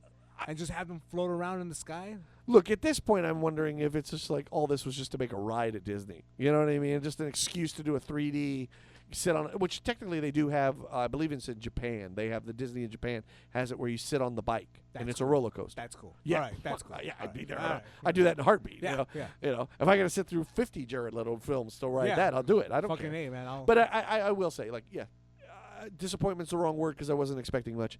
It didn't give me much, and again, for all the hate he gets, some of it deserved. Yeah. I just don't think this is the one where you can go like, wow, he really ruined that movie. I think the movie was ruined from the very From the beginning. It get-go. just Okay. wasn't. It's just to me there was just nothing there. I do have it in for Please. him because he's scheduled to be the next Skeletor. I'm hearing this too. Yes, no, I And- I understand. Ah. That feels a little like really, you know, Look, like people are calling him box office poison, and it's like, well, if by picking bad movies you can definitely be, poison. Yeah, I think also I think the two have to combine. And let's be completely honest here. I don't know how much say he has in any movie he's ever been in. He just shows up, hits his mark, says his lines, does the best of his acting. Some movies are destroyed in the editing room. Some movies are destroyed by a director who True. doesn't know what the fuck they're doing. But also, You know. if you're an editor and you have to make a cake out of a pile of shit, No doubt. No, listen. No doubt about it. Right. Because some movies are saved in editing. Yes. There's no doubt about it. Again, it is a collaborative. Back to our overall topic. It is a collaborative effort to make a movie. supergroup effort. It really is. There's a lot of things that can go wrong or right in a movie. Yeah. There's plenty of movies where you've seen, well, with this lineup, how could it be bad? And you're 10 minutes in, you go, holy shit! They said hold my beer because this is horrible. Yes, yes. So It's Morbin time. yeah, there you go. As I do every year, the Rock and Roll Hall of Fame got put on Disney, Yeah. so I sat through that. Again, very cool. Definitely inspired some of my music listening. I cannot say enough. I fucking love the White Stripes. Outkast is amazing. It's just like it's so cool. It was just so neat to see a lot of those people put up on stage and just like way to go, and so on and so forth.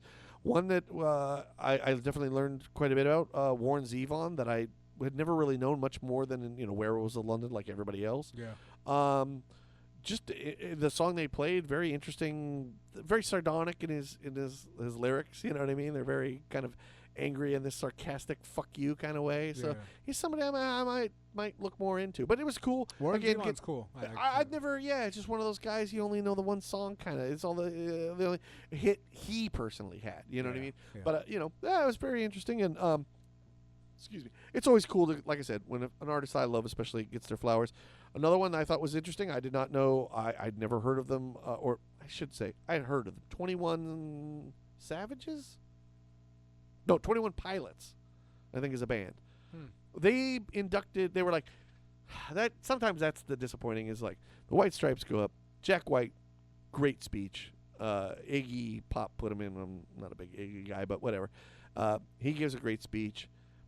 And then they're like, the live performances. Well, the first one was Feist, and I can't think of what.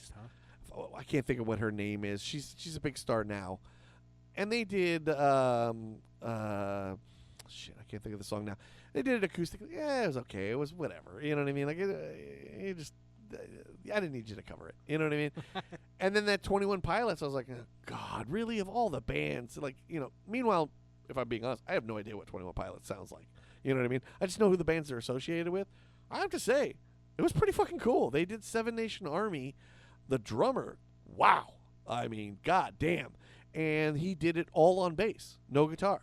Oh, wow. That's yeah. cool. So obviously distorted, so he has and then they do this middle part where they're both playing keyboard things. I was like, do I need to maybe look into 21 Like, wow, I was kind of surprised. Like, because I think they're normally associated with bands like Imagine Dragons and stuff like that, which I'm like, not really my thing, Yeah. So it's always some interesting surprises every now and again on that show.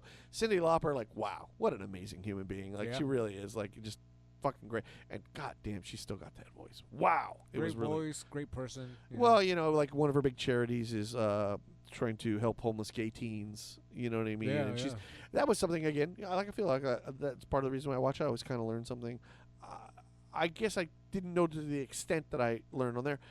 True Colors, very much embraced by the LGBT community. And she has, in turn, brought it out as a, this is for you guys kind of thing. She's always been very supportive of that. And I thought that was cool. Let's see what else I watched. Been watching the PBS American Revolution. John, what's his name? Ken Burns. Absolutely loving it. Very interesting. Very cool. For the most part, other than one guy, everybody is going into the real history of this stuff, not the let's etch their faces in stone kind of history. I think they're being more than fair about, these things, but these things too. It is a Ken Burns documentary, so, it is exhaustive. One episode's a little over 2 hours, and you're lucky if you get 6 months of the first part of the war, Have you ever looked to see what Ken Burns' brother looks like? No. Who's also a documentarian? Oh, I'm not. I did not know that. When you get a chance, just take a gander. Okay. And then let me know what you see. Okay, will do. Because I know I think his daughter and son-in-law are both also, because he did the one that was, again, a collaborative effort between the three of them that did it about the Central Park 5. Yes. That was a really good one. I would recommend for everyone, especially with our current president. You'll get maybe another look at this guy when we all should have known then. But very great documentary. I recommend it to anyone. And Ken Burns I love. Again, they're not fun documentaries in the sense of like, you're like, oh, that was interesting. Like, no. These are educational. You're going to learn something, and you're going to walk away going like, wow, I did not know that part. You know what I mean? And I'm really loving that. But I definitely I got to space them out, because there's been a couple episodes I'm like, I'm going to have to go back and watch the last hour of that one, because I'm pretty sure it took some long blinks. Another interesting, I guess it's a documentary I watched. I am not a wrestling guy anymore. I certainly was when I was a kid. Now that Netflix carries them, they have the WWE Unreal. Oh yeah. This is to me, this is the most intriguing part about the WWE is the behind the scenes. I'm not interested in the it's all, it's all made up. They already know it's all determined. I'm not interested in that part. I love seeing the behind the scenes and just seeing how much the business has changed in certain ways, but also, obviously 20 years ago they would have never allowed this kind of access to see these things. And they talk about that, but they also see the landscape is changing, and they've got to kind of change with the times. You definitely notice, especially if you ever watched the documentary that was mainly about Vince McMahon, but it was also about the WWE. Yeah, things have really changed since they've gotten rid of Vince McMahon there as far as how they... he's still around. Technically, yes. In this, they never speak of him. His name is never brought up other than the last name of his daughter because she's obviously still a part of it. They do not bring him up.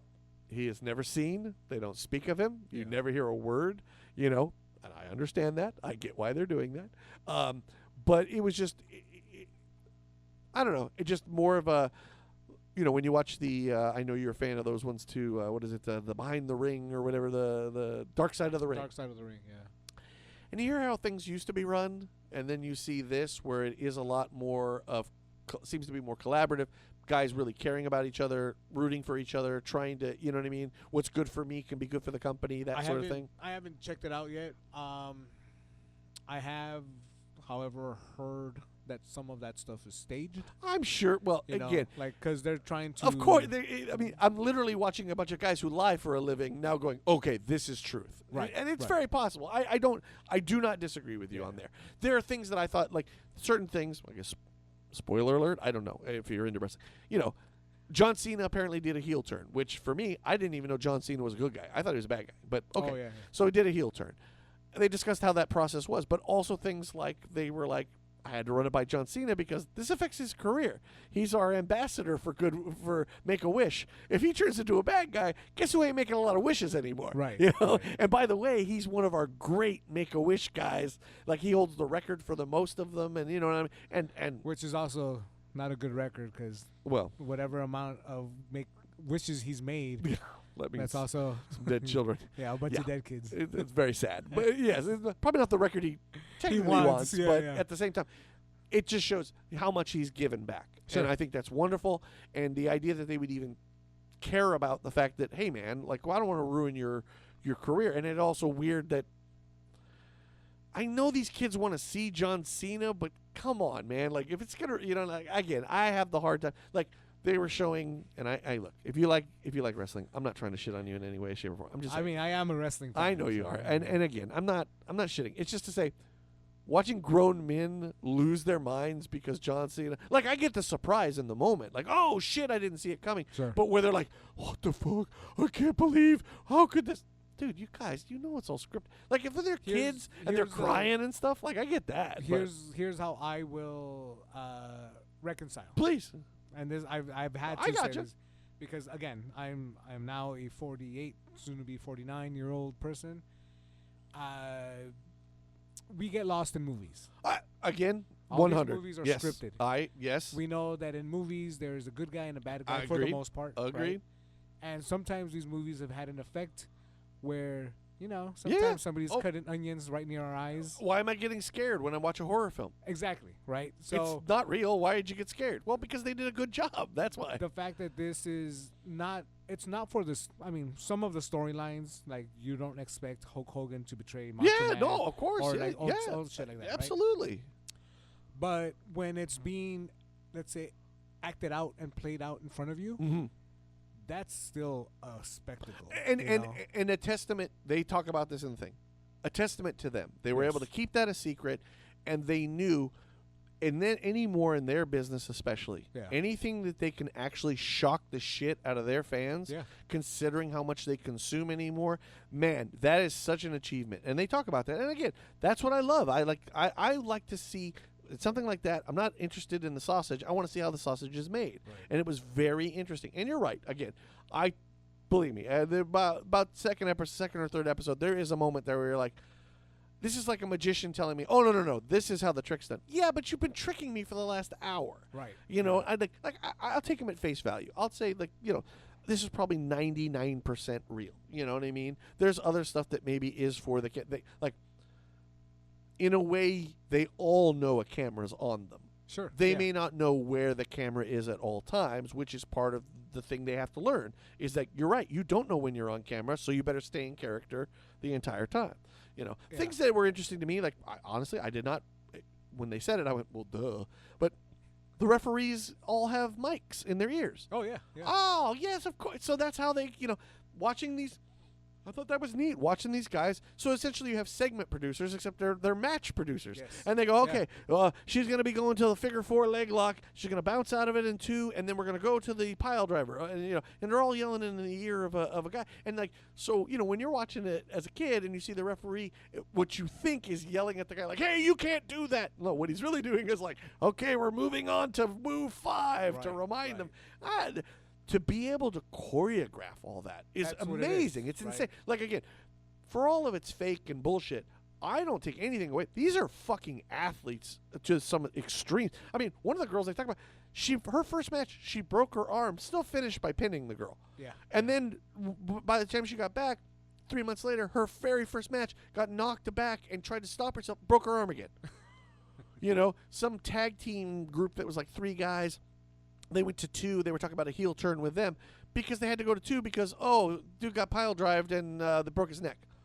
Like, that's not fake. Like, the guy really did break his neck. Yeah, you know what I mean? Like, that sort of shit. Like, I give them all the fucking praise in the world because, also, there's really no off time for these guys. There's no off season. Yeah, like, every one of them's playing injured. You know what I mean? And like, you drop the guy on a ladder, I don't give a fuck that it's pretend. That's a ladder. And he's getting dropped on it. I think there's also, when you're a wrestling fan, or maybe let's say a wrestling promoter. I gotcha. There is a kind of a expected suspension of disbelief for all things. Absolutely, I'm not. And so what you're doing is you're doing everything in the ring and outside of all the shoots that they do, like talking to the mic. Yeah.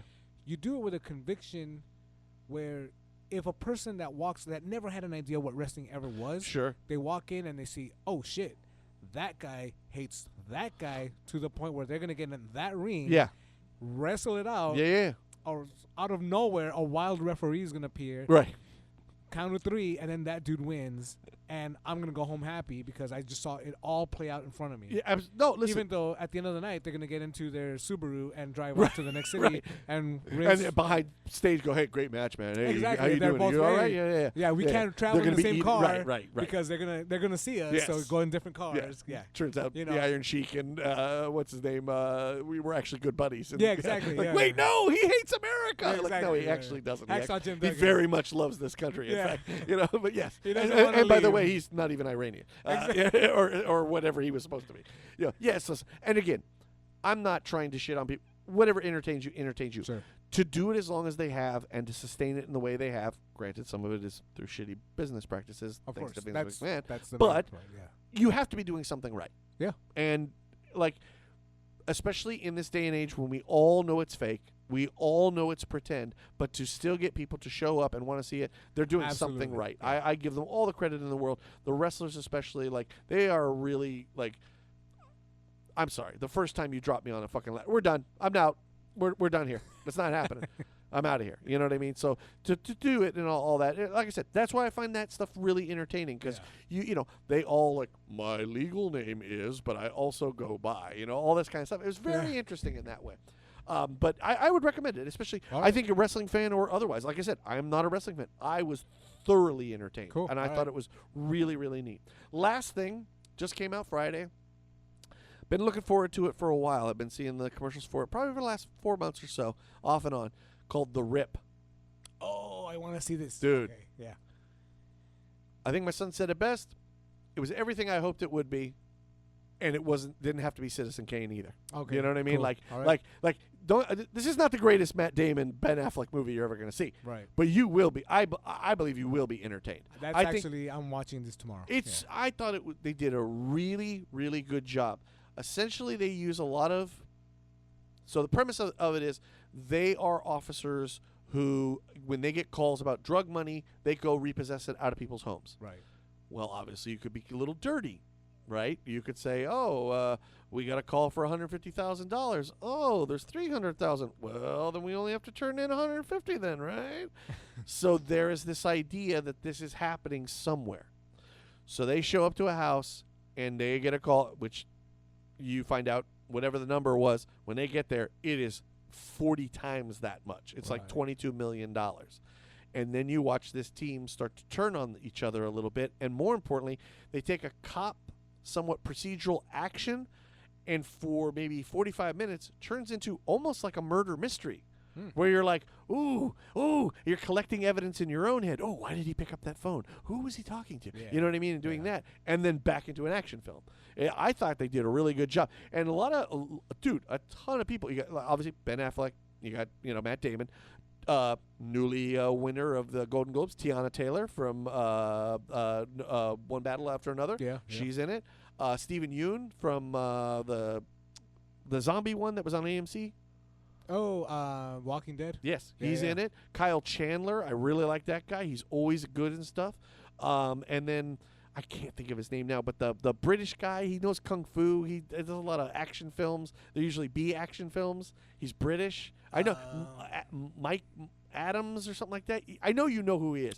Okay. His last big film that he was actually in, he was actually in the last John Wick. He played the big fat Russian guy he had to defeat. Oh, You've seen him. Yes, Adkins. yes, yeah, Adkins, I think is his last name.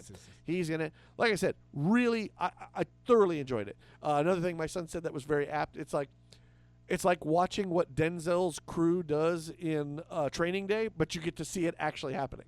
That's cool. You know, All right. are they going to rob these drug dealers or not? And who's the person that's going to do it?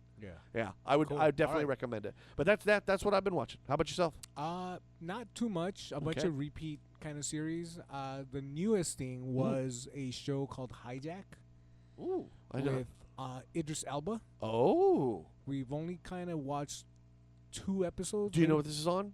Is this Apple? It's on Apple. Ah, Yeah. sons of guns, But of it's course. so good, and I'll give you kind of the premise of Please, the first please, episode. please.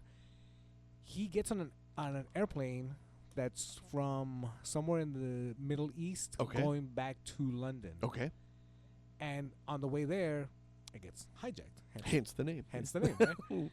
Big surprise. But then, Boy, that meeting to come up with a title must have taken yeah, a it was long like, what are time. we gonna call this? Think. Plane? No, we're getting there. Airplane been done. But at some point they go off course, and the kind of like the cabin gets taken over by the hijackers. Okay. And Idris Elba is doing something where it's kind of ambiguous. You don't know if he's doing good things or bad things. Oh, interesting. But back at home, his ex-partner is linked to cops.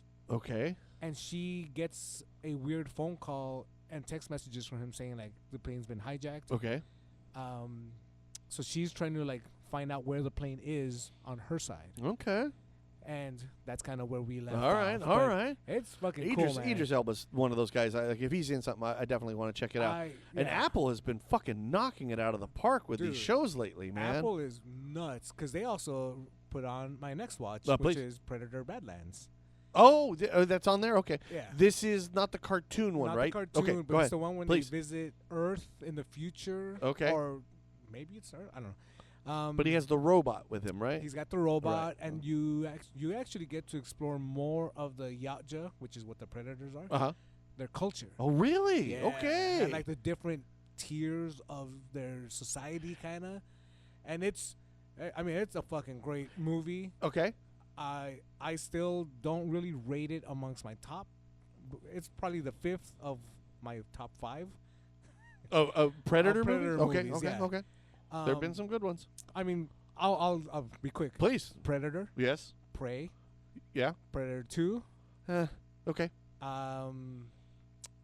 Do you Killer of Killers. Do you count Predators?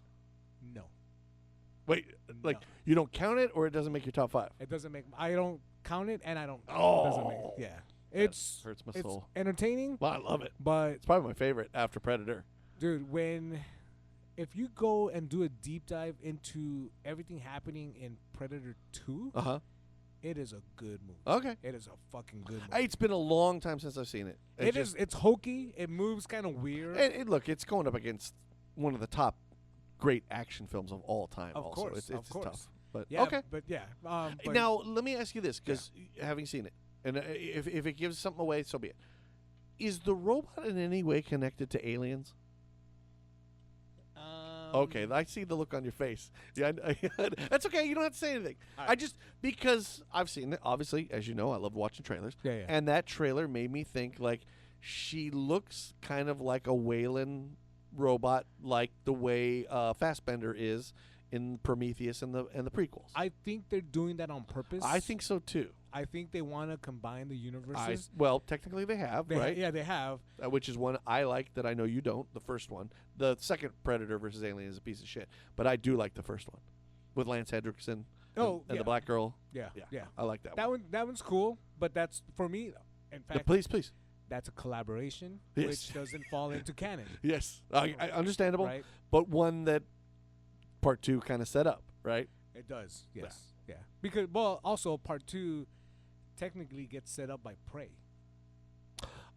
Oh, yeah, no, okay, yeah, fucking So- A, great, wow, yeah. Prey was I give you that. If I had to, that might be second after the original That's for me. for me. It is. I forget how good, because that was one of those ones where you're like, man, this feels like a lot of potential, but oh god, why are you messing with a classic? Dude. And you're 10 minutes in, you're like, oh wow, yes, No, dude. dude, Prey Yeah. is so good. Yeah.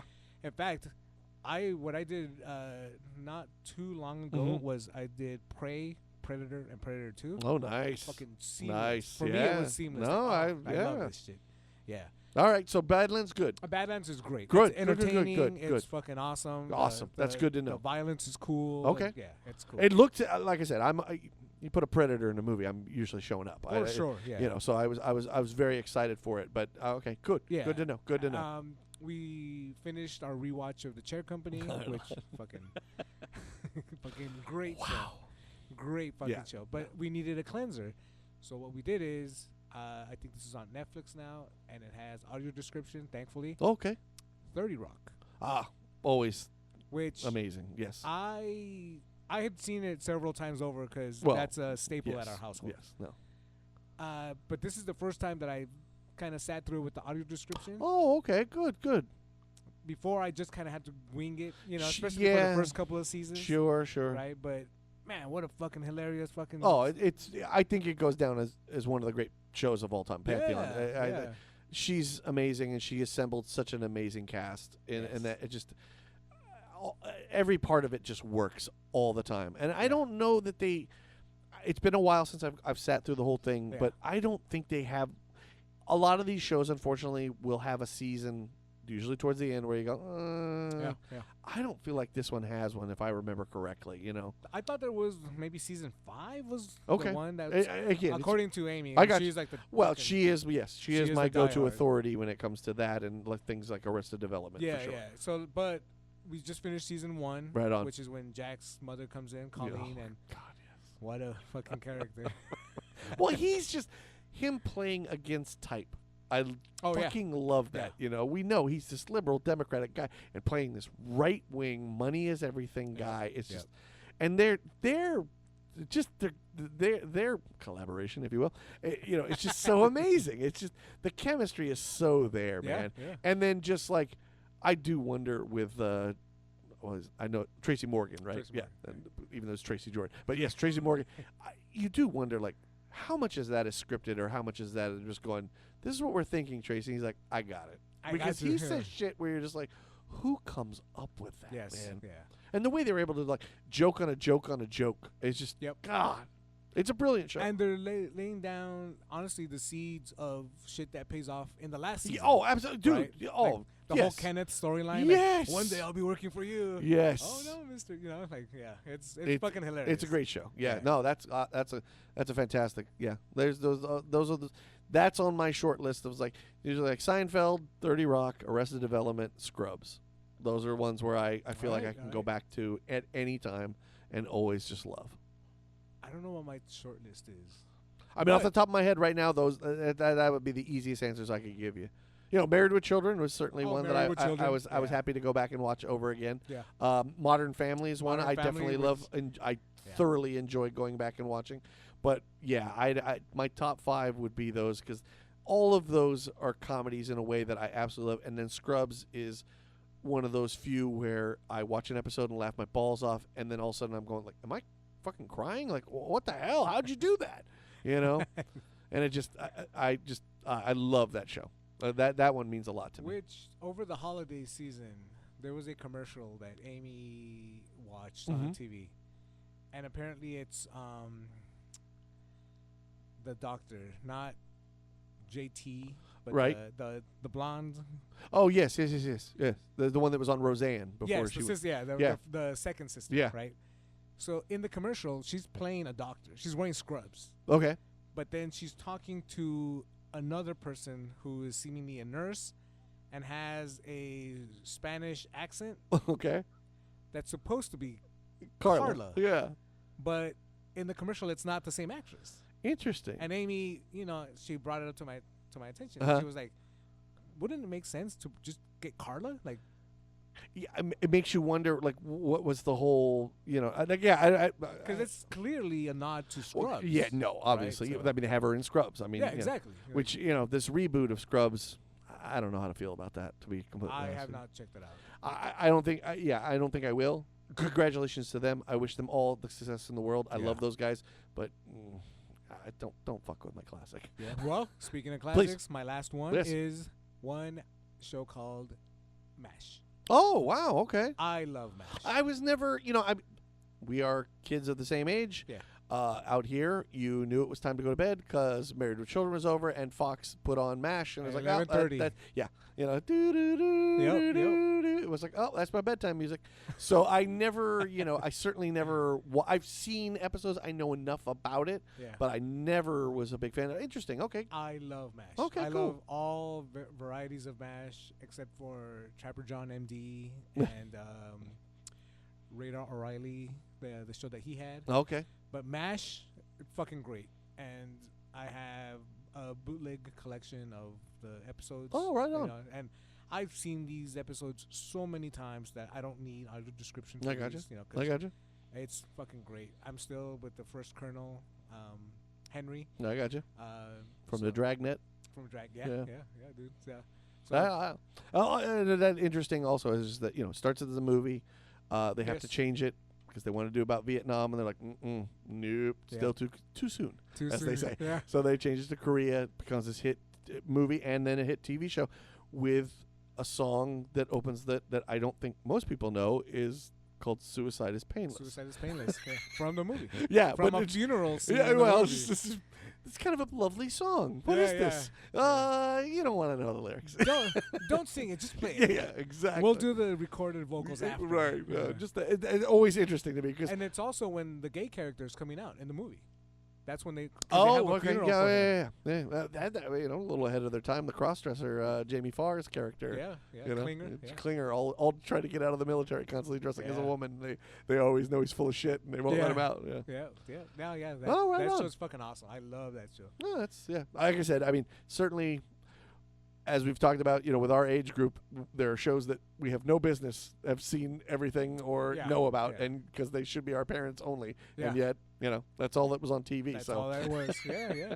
Yeah, and I the only reason I used to watch it back in the day was because I was still finishing my homework. I got you. No. I would very Came on fa- like clockwork. You knew what time it was simply by hearing that theme song. Famously, if I heard MASH and I hadn't done my homework, Right. I know I was in trouble. Right. So, Oh, like, absolutely. Yeah. No. You was like, oh Mm. shit. What Yeah. time is it? Oh, I gotta get to bed. I have 30 minutes to finish my homework and then get to bed because my dad gets home at 12 and yeah. No, I hear you. So what have you been listening to? Quite a bit actually. I am trying to stick to my New Year's resolution. A lot of people make a lot of resolutions. Health, be a better father, be a better husband. Why do that? I instead am trying to go back and listen to older music that I've owned for a very long time. You know, as I said in our last episode, sometimes I do feel like that meme where, you know, my 600, you know, my 800, 900 CDs are looking at me as I'm turning around to the new one. Ooh, you know. So, one, obviously inspired by our Danzig episode. I did go back and listen to quite a bit of Danzig, and I hadn't really spun him in some time. I mean, he is one of those artists, and sometimes we talk about this, where you say Danzig, the first 4 albums just went through my head. I just heard them all. So sometimes it feels like, why do I need to listen to it? Right. But I did go back and listen. Actually, I listened to 3, 4, and 5. Okay. Yeah, I fucking loved them all over again. And I always love that when you go back to an album and go, yeah, now I totally see why I fell in love with this. Yeah. You know? A couple others, you know, going back. Also to show you kind of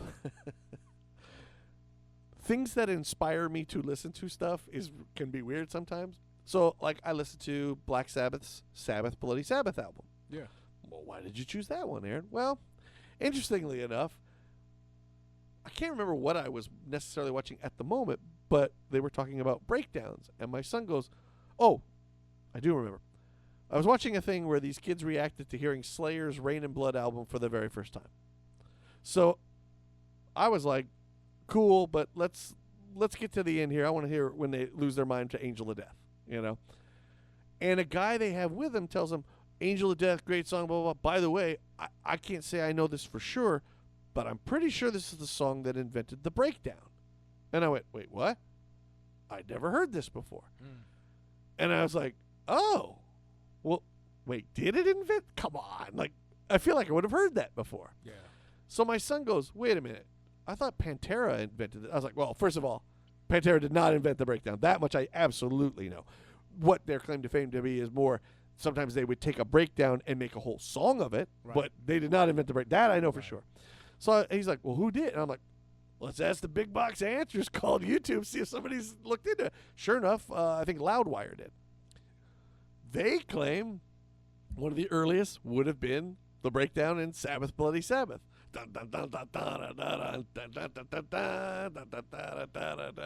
Which I was like, huh. That inspired me to obviously listen to Slayer's Rain and Blood and then Sabbath Bloody Sabbath. All right. Just because I happened to see those things. It was like, well, there's that.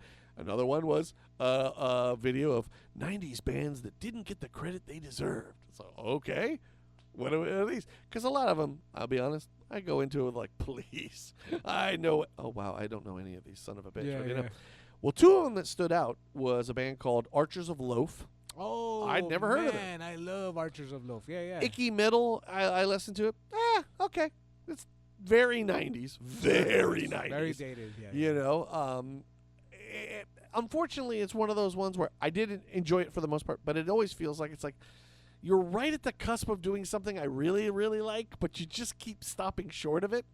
You know, but it was interesting. Another one that actually did make me go, oh, okay. Excuse me. A band called Soul Coughing, which is a name I've heard, but I never knew. But they played a song. They had technically 2 hits, if you will. One of them, I think, is called Bon Bon. That's Super Bon Bon, Super Bon Bon. It was a bit of a hit for them. And then another one called Circles. And he's like, something about, you know, I don't want to go around in circles, go around in circles. I could swear that Amy, at one point over the last 2 weeks, sang one of these 2 songs. Okay. And again, both of them, when I heard it, I went, I know I heard those songs. Yeah. I didn't know who sang them. It might have been something like flipping through MTV, or sometimes, you know, MTV would use like bumper music where they play something on an outro or an intro. Maybe that's what it was. I didn't. But it was like, this is interesting. It's kind of electronic. It feels like the band Cake a little bit, but more electronic. So I was like, all right, I'll give it a shot. Dude, the album I looked at, it's called El Oso. Okay. I really can't get enough of it. Very interesting. Weird in a not necessarily Mr. Bungle weird, but weird in this like, it definitely feels like a 90s band, but also like, how did they ever get a hit with any of this? You know what I mean? Which the 90s did a lot to us, right? There's a lot of those bands in the 90s like, how was this a hit? I think I want to do an episode on just the effect of the 90s. Oh. Because I think we're still reeling from the effects of the 90s. Again, people will always pick their favorite decades. for me, it is the 90s. I think it's one of the most experimental moments of music in a lot of ways, where lines started to get blurred in ways that just weren't available at the prior to that. You know. Yeah. So yeah, that was an interesting one to say the least. Damn. I'm gonna check out a couple more albums. I want to see if it keeps sticking with me. By the way, that name of the album means the oso. I figured as much. Yeah. El Nino, the Nino. Another one. I actually been a huge fan of the first album, and I was able to find it on CD when I went on my Amoeba run, which is an album called Marlowe, which is actually a collaboration, hip hop, between DJ La Orange and Solomon Bingham is the rapper. Okay. I fucking loved the record from the moment I heard it, so I was so excited to find it on CD. Now I own it. It's fucking great. But then also realizing I've never bothered they have two more. I've never bothered to listen to, which is something I find myself doing with a lot of bands, and I never understand why. So I was like, okay, I need to at least start checking out the other. Checked out Marlowe too. Oh, it's just as good as the first one, if not better. Way to describe it, I would say DJ wise, production wise, very much sample driven. Okay. He uses a lot of you can almost hear the black and white. They're old time because it's Marlowe. So I think he's taking somewhat from the Detective, but then it feels like I said, you can hear these guys like, I don't know, boss. I think we're gonna have to, you know what I mean? Like I said, I can almost hear the black and white. These are Like clearly pulpy kind of. Yeah, absolutely. Yes. His rap style with Solomon, like rapid fire, almost an Outcast feel in that way. You know, very it's happy, it's up there, you know what I mean? Yeah. Even though if he's talking about some really dark shit. Just really loved that first one, and I started listening to that second one, and I'm like, God damn, what an idiot that I haven't bothered to. So I can't wait to get to the third one. Oh, that's cool. Yeah, they're really, really good. Some newer ones that I found. Billy Woods, as I mentioned on our year end, and I've mentioned a few times, was the rap group Arm & Hammer, which is Billy Woods and Euclid, which is, again, a collaboration and technically a supergroup at the same time in hip-hop. Yeah. I don't know. Anyway, this is a solo album that I saw on everybody hip-hop list. I kept coming up over and over and over again. An album called Gollywog. I listened to it. I really did enjoy it. They're Nice. Again, they are what's called essentially alternative hip-hop. It's almost spoken word, stream of consciousness, poetry over what are seemingly hip-hop beats, but also not boom bap. It is not boom bap in any way, shape, or form style hip-hop. It is very almost ambient, dreamlike stuff sometimes, Cool. you know. But yeah, really cool. And I definitely listen to it and go, I can see why this was on a lot of people's lists for Yeah. sure. I totally missed it. And the last one, new album just came out. Actually, I take it back. There's two albums. This one I wasn't as happy about. I was kind of bummed actually. Runes of Everest put out a new album. If you like the last few Runes of Everest, you'll probably like this one. You didn't like this one? I didn't. I Damn. I didn't hate it. I did It like just this felt one. like, yeah, this is what he's been doing lately. Yeah. You know what I mean? I think he's a great artist. I really love his first three. Those are some of my all-time favorite black metal records. Yeah. You know, I want to see him progress like all artists. You know, he's just going in a direction, not for me. I didn't hate it, just wasn't, you know. But it also one I still added to my 2026 list because I'm going to go return to it because he is an artist that I very much love. You know, might turn around. We'll see. Sure. And the last one, for sure this time, is a band I fucking love. They're called the Sleaford Mods. They're from England. How to describe them, I really don't know.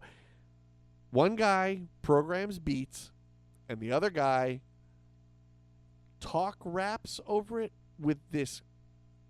I fail to describe the accent. He is British, but it's not a proper English. This is guttural, like oi, you know what I mean? Is it like Cockney kind of? I don't think Cockney's the right one. That's why I hesitate to say. I don't think it is, but very street. Some of the terms I've seen applied to it: electropunk. Sleaford Mods. Sleaford I've Mods. heard this Oh, name dude. before. Well, I've certainly talked about them before. I have 2 or 3 of their earlier albums. Their last few, I kind of got lost, but this one came out. By the way, the name of it, "The Demise of Planet X." So I was like, okay, I'm gonna give it a shot. They're back to form, in my opinion. I fucking love it. I don't really even know what the hell the guy's saying half the time because he uses a lot of slang that is obviously very British, and I don't know, references that I'm like, I don't know, if I lived in England, I'd probably be like, oh, that's a good one. But I'm going like, I don't know what the fuck that. I don't know. Jolly good. Yeah, jolly good. But what I love about them is early on, especially if you saw them live, the guy literally gets a stack of, well, not milk crates, they're beer crates, stacks them up high enough where he doesn't have to bend down, puts his laptop on top of it, pushes play, while the guy grabs a microphone and he's just screaming into it, doing what he's doing, while the other guy's kind of pogoing in the back. And when the song's over, he pushes play on the next one and kind of pogo. It's just like, is this a band? But dude, they're fucking great. Hey, Divide man. and Exit is one of their, I think, is one of their albums. Their first 3, I would recommend to anybody.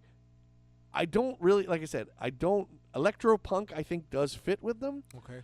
They're also one of those bands where I always find interesting is where Last FM clearly is like, we see you love this band, so we want to recommend other bands that are just like them, Yeah. and they are nothing like them because Nice. they're so individual. Like, I get where they're tied together. Sometimes, and Last FM is good at doing this too. They're not perfect. It's pretty much like, so they're from England. Got it. Like, they don't Check. sound one of the bands that I believe, what's his name? Danny, when we had him here. Oh. He mentioned a band, the Viagra Boys. They sometimes can Oh, get yeah, tied yeah. together from time to time. Okay. But Sleaford Mods, I just fucking love that. Like I said, their first 3 or 4 albums I fucking absolutely love. They're unlike anything I'd ever heard before, and they just stick with you. And he just, oi, what are you doing today? And you're just like, what is this, man? And they're a great follow on Instagram. They do all Okay. sorts of weird, funny shit on That's there, cool. too. Great 2 dudes. But, yeah, great to kind of, when you lose contact with the band you love and you kind of come back into the fold, it's always kind of neat. And this album definitely did it. And, yeah, other than that, so a lot of the usuals. But how about yourself? Been listening to a band from, I think, one of the Carolinas. Okay. Maybe one of the Wait, there's 2 of them? South, North. Yes. Yes, 2. And 2 Dakotas? What the fuck are we doing? Yeah, dude, there's 2 Virginias. But only one loves sheep. And also a New Mexico. For the Just in case you didn't just like in the old case- one. Yeah. Yeah. Anyway, sorry. The band is Enough called, geography. Go ahead. The band is called Private Hell. Oh, okay. Okay. I found them on a forum. They were billed as crust punk, but they list their influences: grind, death metal, black metal, along with hardcore punk. It's very fucking aggressive. Okay. It's a I think a 4 or 5 song EP. Okay.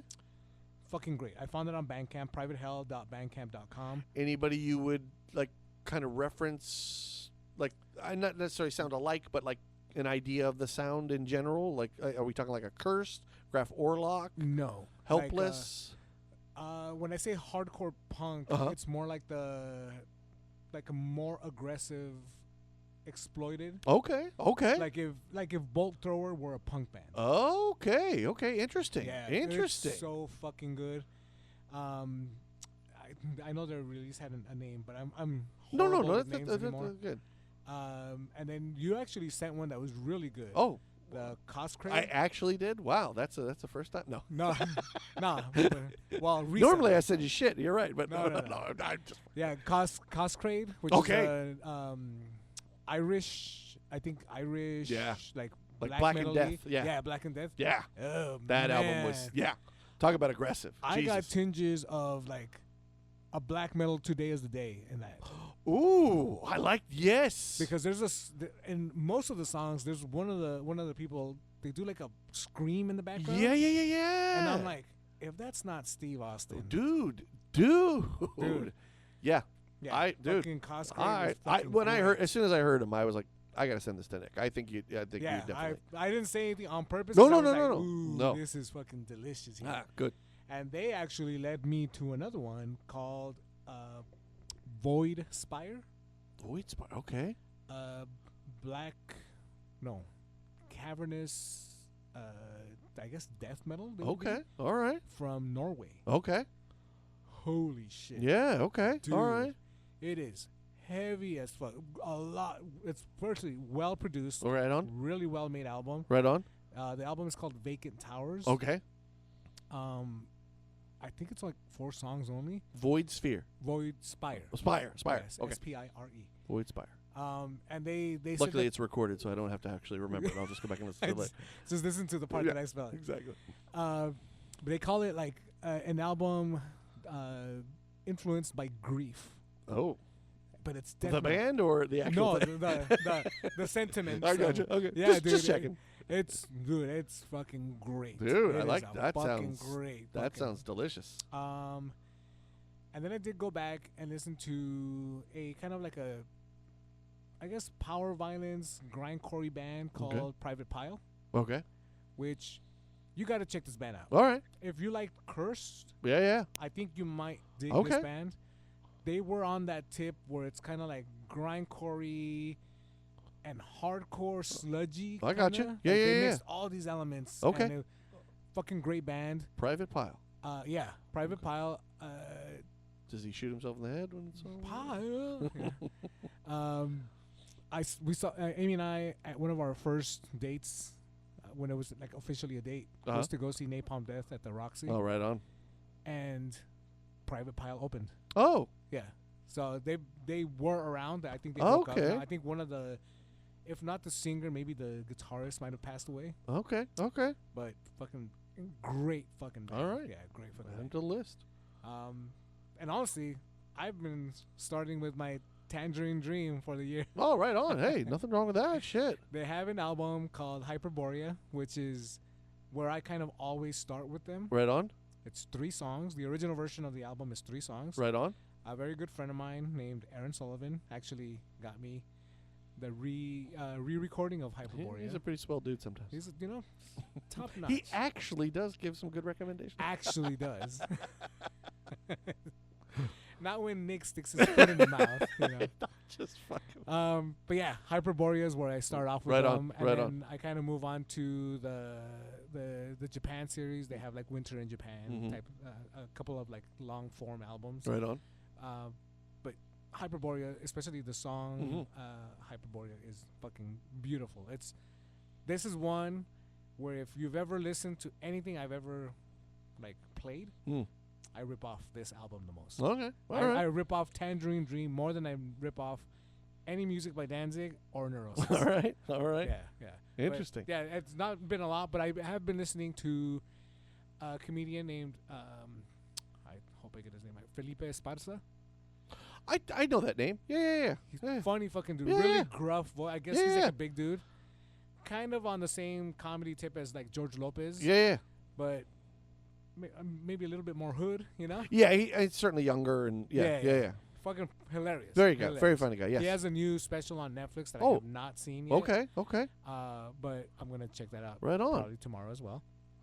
And then lastly, I did finish the Audible version of the new Conan pastiche novel Okay. called Songs of the Slain, Nice. which it is Conan in his later years. Okay. He's 60 years old in this book. Oh. His son Khan, who in the comics takes over the throne of Conan. And eventually takes over the Star Trek universe. Wait. That's right. Khan! Yeah, so he's married in this, Queen Zenobia, which is fucking great when I hear all these names being told back Sure, at me sure. because it's like, I know where that's from. Right you on. know? So it's cool. It's a very fucking touching story. Right on. Dare I say Conan gets emotional in some Oh. points in these. What the? Yeah. It is really fucking good. A woke Conan? No, just. Well, I mean, here's the thing. Now that you say this, Well, let me go off on a tangent. Please. I think too many people associate Conan with like machismo and blah blah blah, because obviously we're used to seeing either a Schwarzenegger Sure. or a Ralph Moeller or a Jason Momoa as Conan. And even when he's written in the books and comic books, he's portrayed as a large, buff Yeah. individual and muscular and blah blah blah. top-notch athlete, best sword fighter, Yeah. and all this. However, in the stories, he does always side with the people being aggressed on. Like, you know, he's. I mean, that helps him be a hero, right? I mean, if he was the aggressor, rather than what am I rooting for here? Exactly. You know, Yeah, you know, and makes like, sense. while he does bed many literary women, you know, As a Conan does. as a Conan is opt to or want to do. Yes. You know, he's got a good logical head on his shoulders. Right on. You know, and I think people that maybe dismiss him as like, oh, he's a bullheaded fucking this or that, just take a moment, read one of the original stories. Well, I think especially someone like yourself who's much more deep. Look, it's easy to watch the movie and kind of go like, oh, running around a furry loincloth and the sword chopping heads off. Like you go, all right, you know? Yeah. But Which he does do. Absolutely. Yeah. Because that's the That point. is part of but it, yes, yeah. he's a multifaceted barbarian. He's you know? exactly. He is a worldly barbarian. Yes. Yeah, but yeah. So end Conan rant for this episode. Right on. Thank you, folks, for joining us, and we'll catch you next time. Absolutely. Howdy, folks. Thank you so much for spending time with us here at the rehearsal room. If you've got any recommendations you'd like for us to check out, whether it's a band, a movie, or anything else you think we'd be interested in, you can write to us at therehearsalroompod@gmail.com, all one word. We're also over on Instagram or Facebook, or even YouTube. You can also find us on any of the popular platforms for podcasts. And if you happen to know anybody that would be interested in any of the subjects we're talking about, please make sure to refer this show over to them. Make sure to like and subscribe wherever you listen to us, and we'll catch you soon.